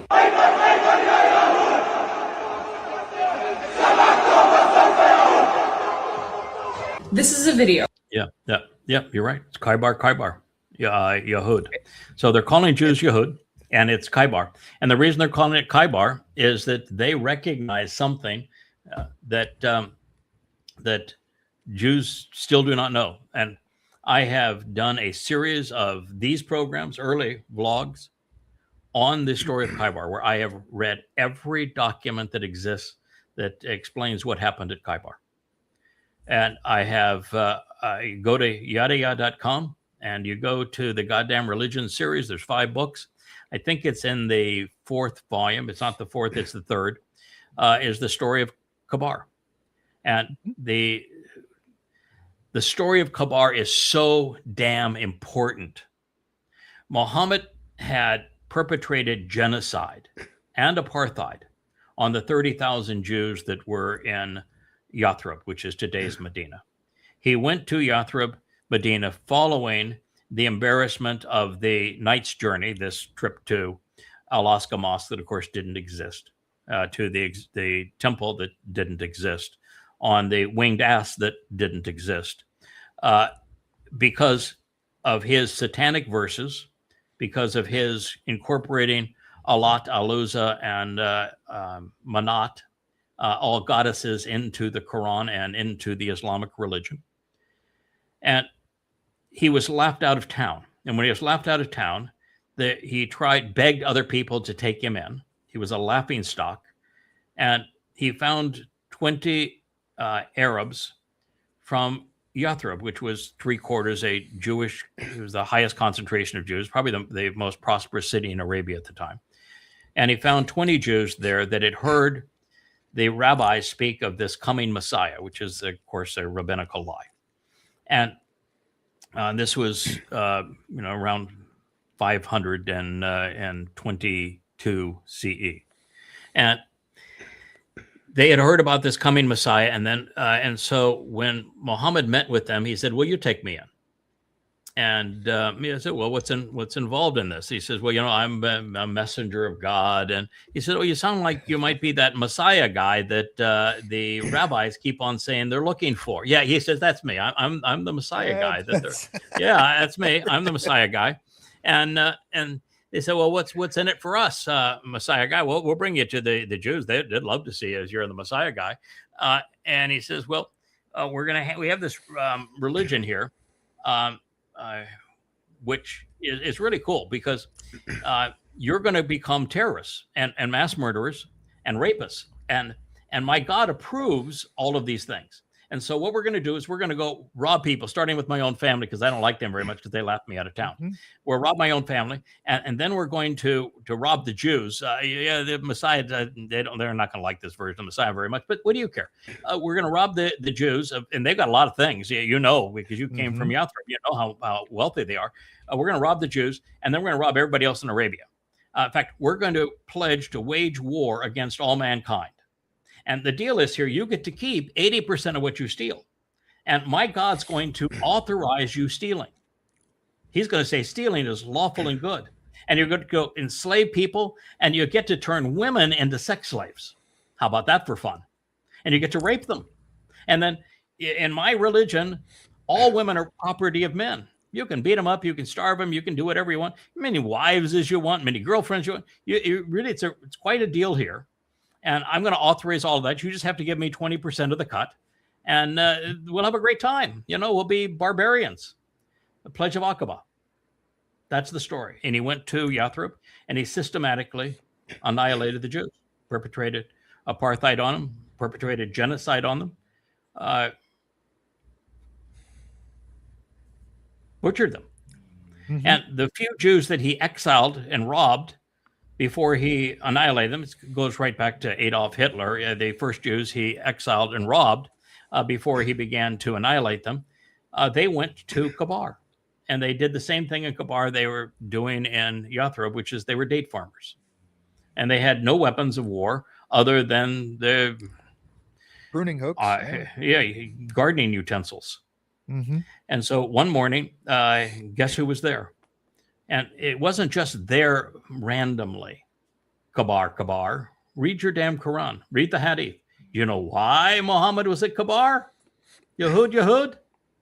Because he had just gone the day before down to Kaabaville. I use Kaabaville as opposed to Mecca because Mecca didn't exist at the time. It was Petra. He was there and outside the town, but he got cold feet.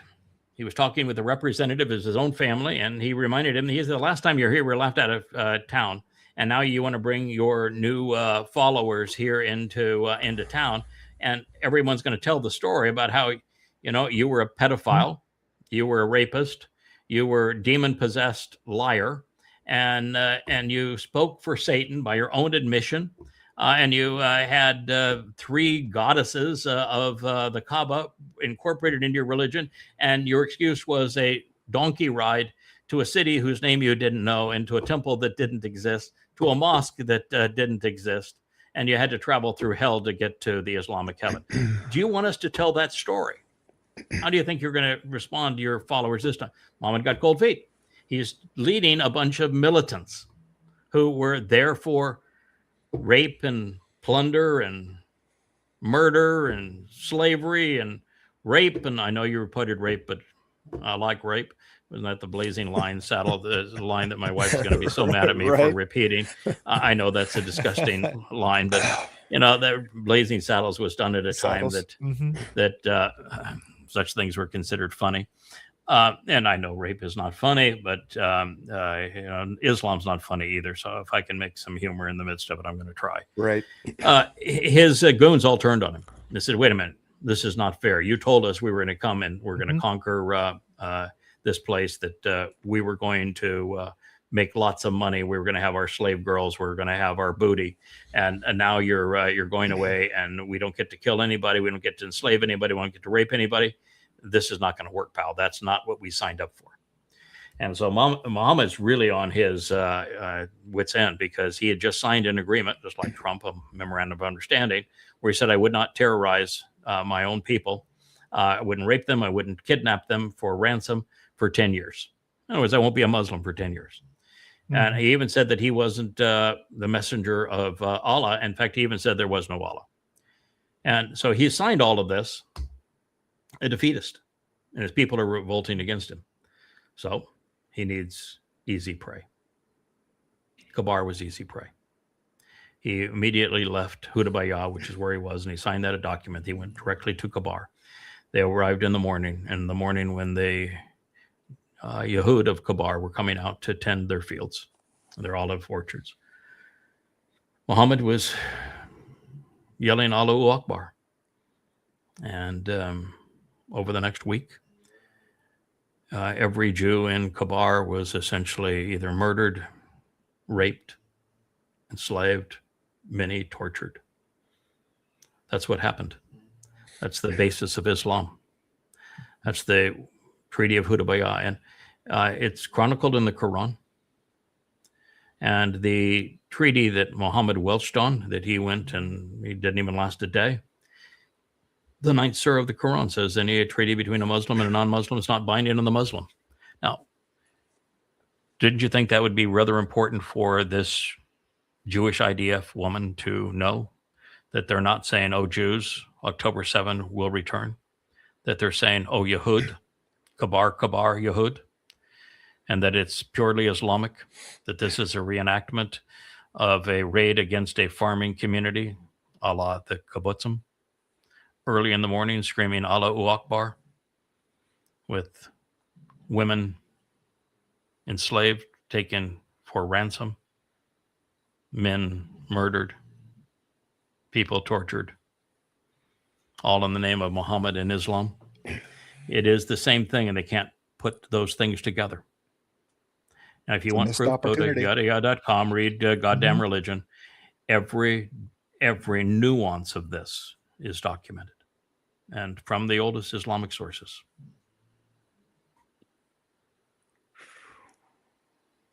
Yeah, it was a missed opportunity in my, in my view. That's just to be right there and to try to, talk about. Yeah, absolutely. I was just.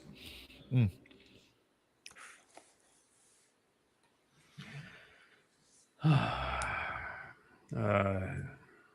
woman dressed like, the woman dressed like she's a religious Jew, like she's Orthodox, and she's replacing Jesus's name, which is a person who never lived, with giving him the name Yeshua, which means to cry in Hebrew, and is trying to mix Judaism and Christianity.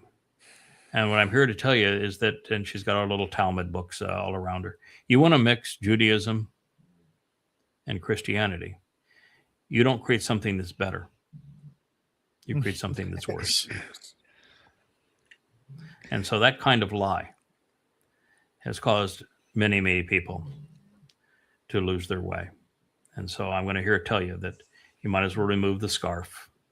You might as well step away from the Talmudic books behind you. You're dead ass wrong. Jesus never existed. And to give the lie a different name is to lie on top of a lie. Stop it. Stop it. Just stop it.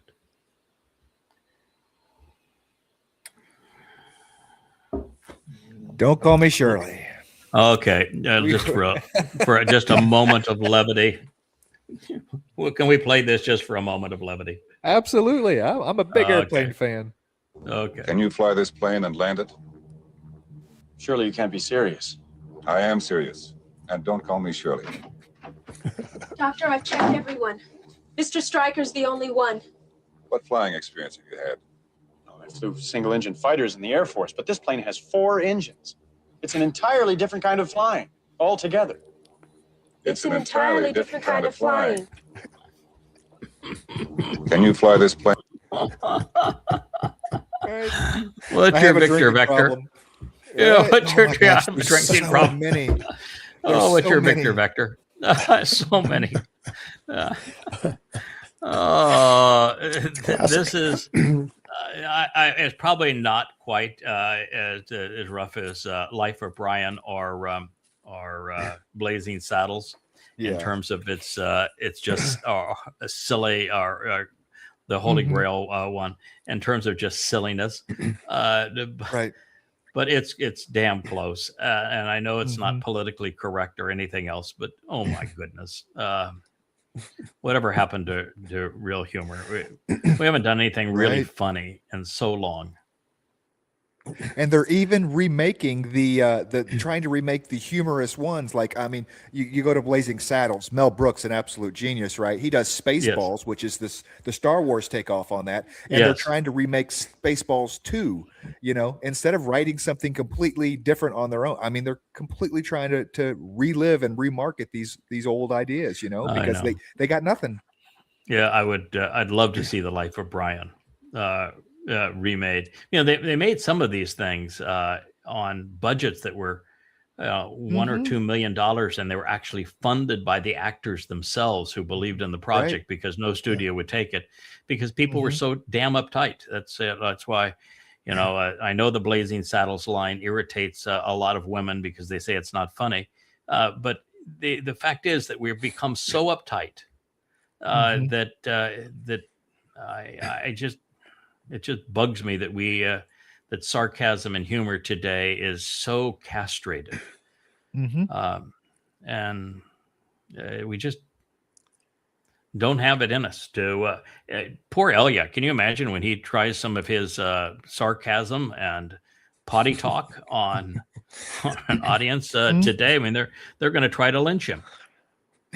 Right. Yeah. I don't think he's going to care. I don't think he's going to have one bit. What is this politically incorrect thing? I don't know. You know, Elia is a little different than most people make him out to be. He's not the tough guy.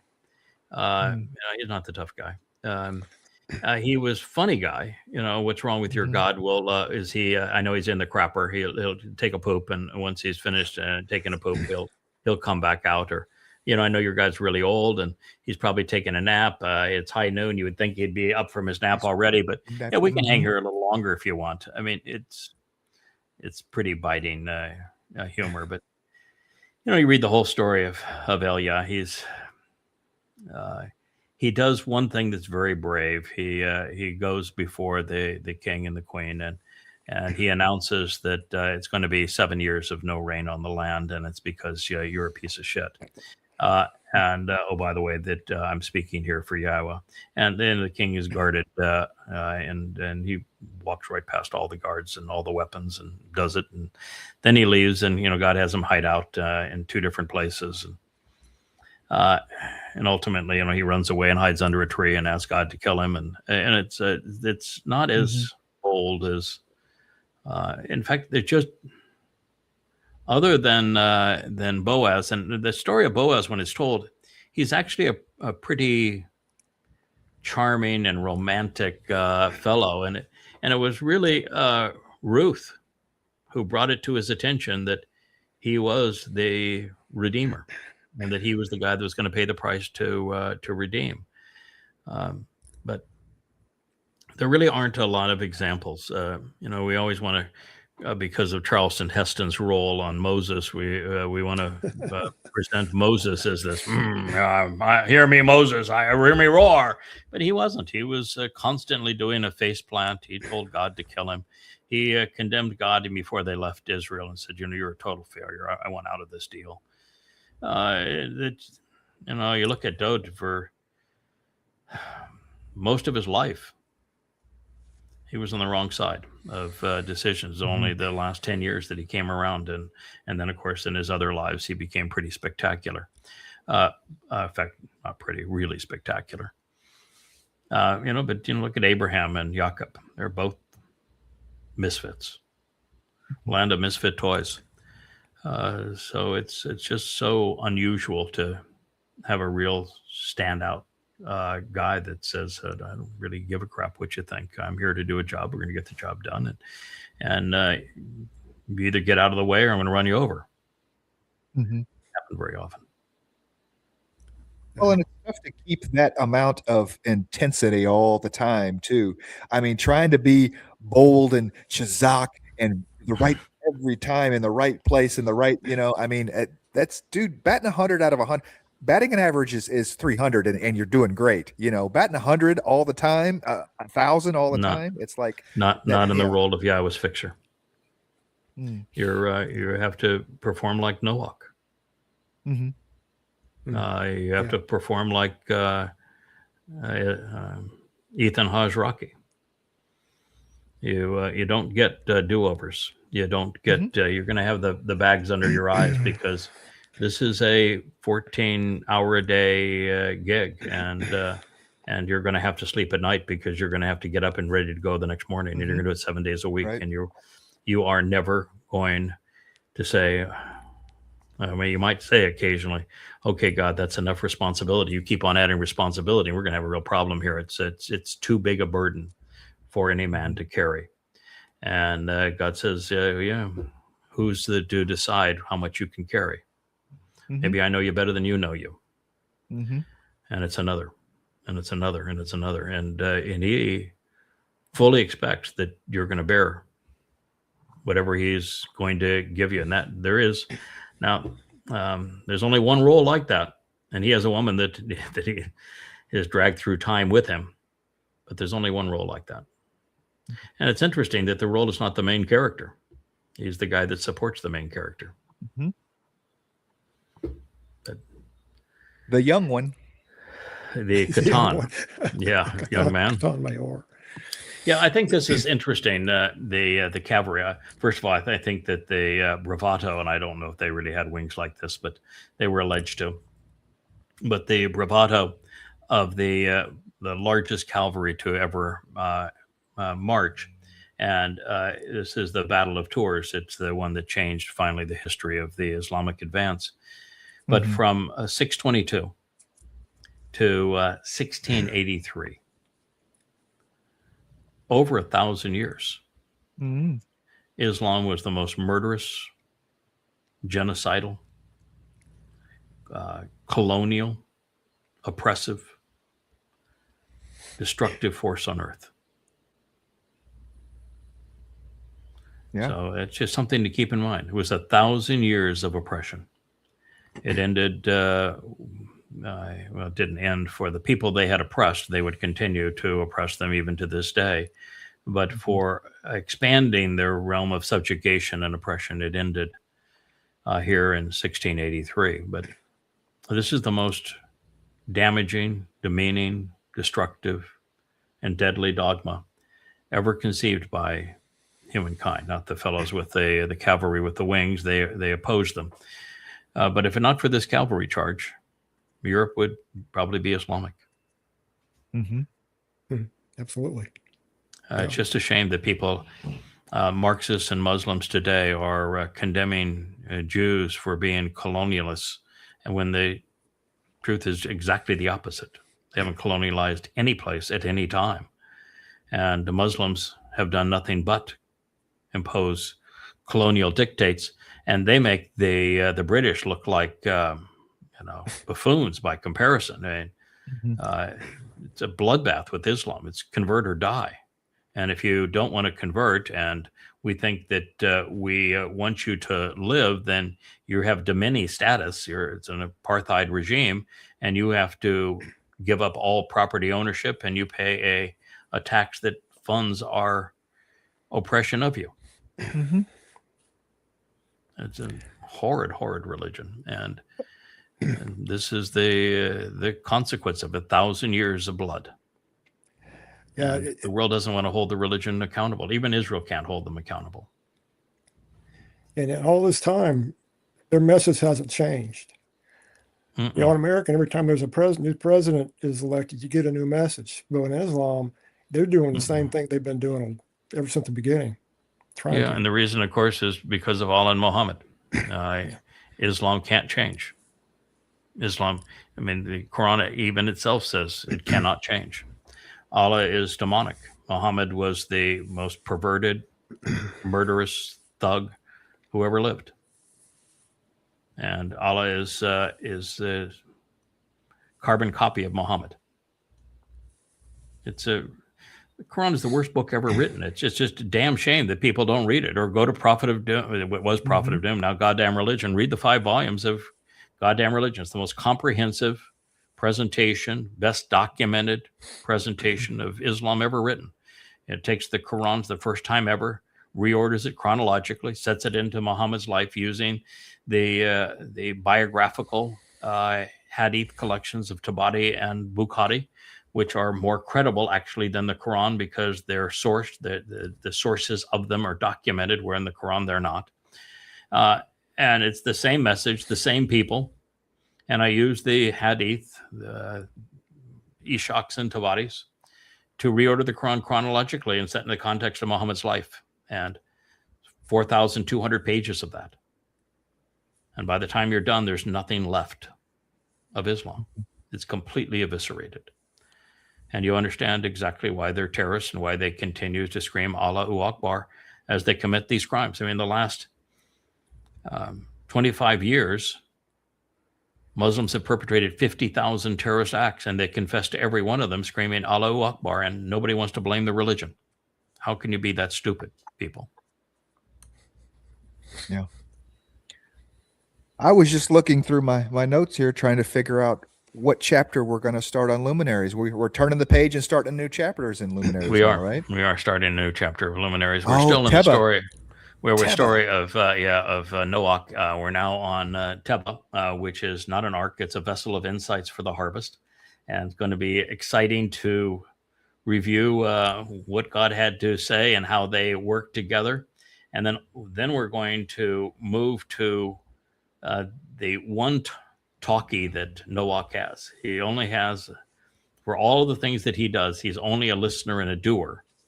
Until the very last episode that is directly attributed to him. And he has quite a prophetic pronouncement regarding his three sons. And then after that, we're going to follow Noach and his son through the next 300 and I think it's 60 days of 360 years of his life.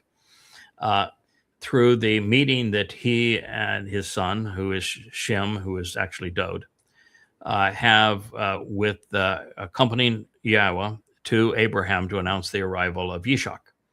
And then the same two guys, father and son, Noach and Shem, are the two that go down to Sodom.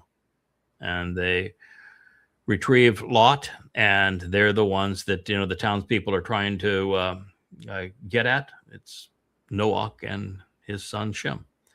And we finally see their swan song at the confirmation of the covenant in 1968 BCE, year 2000 Yah. They're the two fellas that accompany Abraham and Yishak to Mount Moriah. And so that's the next part of the story.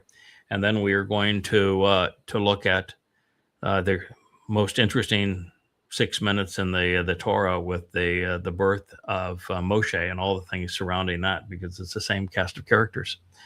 Mm-hmm. And from there, we're going to begin the story of Ruth. I'm within, I think, 2 statements of finishing the 4th chapter in terms of translation. I've written about a third of the commentary on it, but the end of it is just riveting.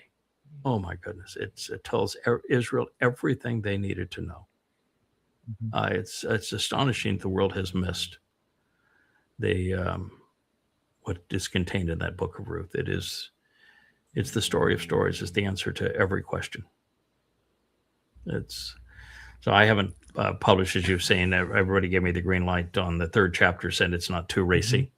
It is pretty racy, but it's evidently, I mean, everybody agreed that that's part of the story. It's the naked Nabis, exposed, totally exposed. The whole story is exposed in these 2 individuals, and the 4th chapter is just, if you know how Hebrew was written and who the players are, and you see the way that Boaz manipulated his audience and the way that his audience then responded to him, and the way they were talking about this Redeemer and what is actually required of a Redeemer, which is, that's the toughest job there is. Got to pay the price. Pay the price. The Redeemer pays the price. So you really got to know. And of course, Boaz paid quite the price for Ruth. He had to buy huge swaths of land to acquire Ruth. But that was his own scheme, because he tossed Ruth in with the land, and there was no no reason to do that other than he thought it would be a fun idea to do it. It's just a marvelous story, and you get back into the end of it as to who the conclusion of the first chapter is that Naomi, she represents the embitteredness of Israel.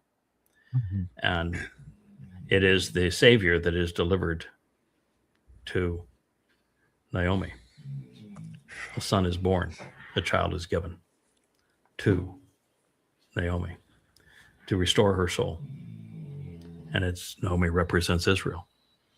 And so the whole thing is prophetic of what we read in Yeshaya chapter 9 and of what we read in 2 Samuel and throughout the Mizmor. The whole story is told right there.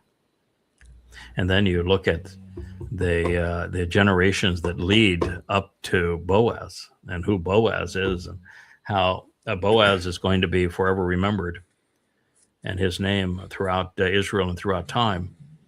Boaz is the only name on the temple. Yahweh's name's not even in the temple. There's a name on the north and one on the south columns, but the name on the south column is a title. It's not a name. The title applies to Dod. There's only one name, and it's not even Yahweh's name. Yahweh didn't have his name written on his own home for the covenant. There's only one name there, and it's Boaz's. And you try to figure out, what is Boaz? Get that distinction. And it may be because, well, it's pretty tough to be Shazak all the time. Yeah. To be Gabor all the time. And so God's way of saying, I recognize he did it. And I wouldn't be surprised if it appears again. I actually wouldn't be surprised. I got to tell you, I'm really liking this Luminary series. I mean, it's just enthralling. I've just been pulled into it. It's just so nourishing. It's it is. And it's it starts with the first prophecy in the Torah, and it follows that first prophecy all the way through the end of the book. And then it gets to end with the greatest celebration. Because in the middle of it, we follow the sun and the moon all the way through all the prophets, right to the end times. But then we follow the many lives of the greater and lesser luminaries, and the most interesting expression of their lives is in the story of Ruth and Boaz. And boy, is it ever tasty! I mean, this story is so delicious and beautifully, beautifully written. Dude could write. That's for darn sure. They could weave a story. Yeah, and one of these days I'm going to go back and retranslate all of the proverbs, the Mashal. Now that we know who wrote them and why they were written, my guess is we're going to find a similar interest in having every word be a clue that is another facet on a diamond that reflects a brilliant insight. And boy, that is the way. Every time you translate a word in the story of Ruth, you're just saying, "Oh my goodness, I could write books just on this one word and how it was used right here and what it means." And finally, in the fourth chapter, how the Savior is being delivered to Israel. Right. This is the son who was given. This is the child who was born, and they're born through Boaz. One of the things I just learned, and I must have been sloppy previously, but certainly didn't intend to make the mistake. But I'd always translated Yishai, Dod's disgusting father, as stand out and be noticed. But that's not the meaning of the name. It's from Yishai. Yeesh. My man. It's from Yeesh, with a yod at the end of it. You know what it means? What Yeesh means? My man. Man. Yeesh means no Yeesh. No, Yeesh means no. It's not that Yeesh. It sounds the same, but it's not. It's a verb Yeesh, not the Yeesh man. It means am, and it's suffixed with I. Am I named Dod's father? I am. I am. You know anybody that calls themselves I am? Haya? Yahweh. Yeah. Yahweh Haya. introduces himself as I am. Mm-hmm. Yeshay's name is I am. Dode's father's name is I am. Oh goodness! Right. Yeah. Firstborn. Okay. Yeah. Yeah. Talk about reinforcing things. Mhm. And I'd always thought that the child of Ruth and Boaz was Obed. And we see Obed again as Obed Edom, and then the man from Edom. But it's not. It's close, but it's not. It's Obed with a Wah in it. And Obed with a Wah in it is a very different name. It still conveys work and service, Mm-hmm. but it is one who is repeatedly deployed to serve, and to serve in a very specific way. It is the coolest name ever. And as soon as Ruth conceives this child, Obed, Mm-hmm.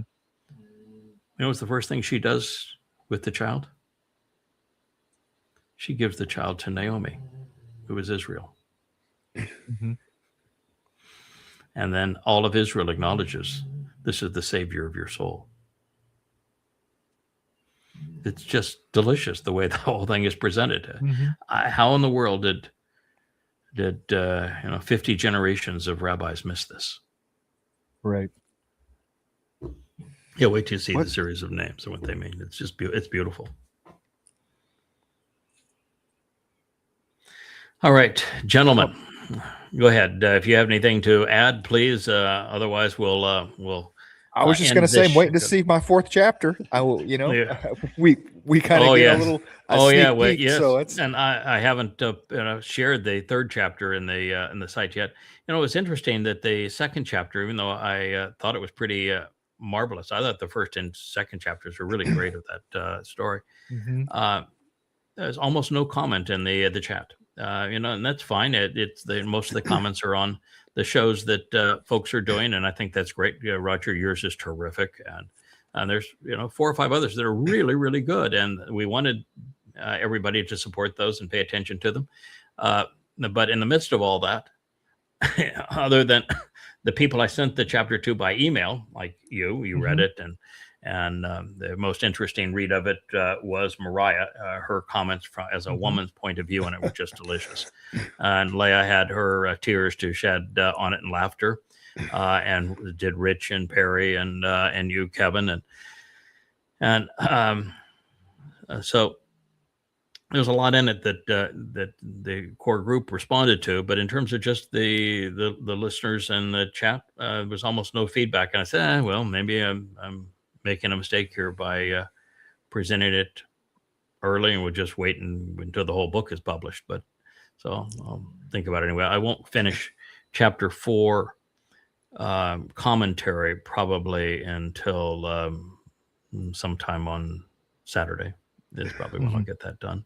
And then I've got to go back and edit the book, and then I've got to edit the other books, and I've still got to add the superscripts to 2 of them, and there's still a lot of work, and it's about 2,000 pages all total, and I think I need to add 1 more chapter to Coming Home 4, so that it's a little closer to 500 pages. The other one's 650 and 725, so a little more work to do. But we're gonna have 3 new books, and then I'm committed now to rewriting Written in Stone, so that we have a short book on the 10 statements that Yahweh etched in stone. I think it's time to go back and revisit those. And all the while, Joe is now finishing the talkies, and really what we have to do is to implement an avatar so that we can also display them in places like YouTube and the social media channels. They're going to be a lot better with avatars there. On our own website, the avatar is not really necessary because of the fact that you have the page turners and the highlighted text of the page that is being read. But I will tell you, the text-to-speech voice is really good. And the guest speakers that read things like the Christian New Testament are hilarious. So It's really, really well done. But again, even there, we're getting very little feedback from our own community, and you wonder why. It's the best thing I've ever seen to our site. So I don't know if we're overstressing, overworking our community, but we're and maybe it's a realization that we have a core team, and it's appropriate to keep the core team up to speed and educated and inspired, and we'll can't set expectations for everybody else that exceed what they're capable of doing at this time. So we'll see how it all plays out. But anyway, that's where we are on these projects. Well, I'd just like to say towards the end here that over the years, I've seen a lot of changes in yada yada and translations, and we're entering a time now. We've already entered it, where the sites and translations are maturing to the point where we're really getting the story that's meant to be told. Yeah, and it's so exciting for me. I mean, it's just I'm relishing as it's coming out, and the insights are they're just amazing. And the Teba is just going to be fantastic. I just know it is. Yeah. So yeah, thank you, Roger. Thank you. You, Kevin, Rich, Perry. There are, and even some of the younger guys right now. I mean, Mark's come a long way. John is another one's come a long way.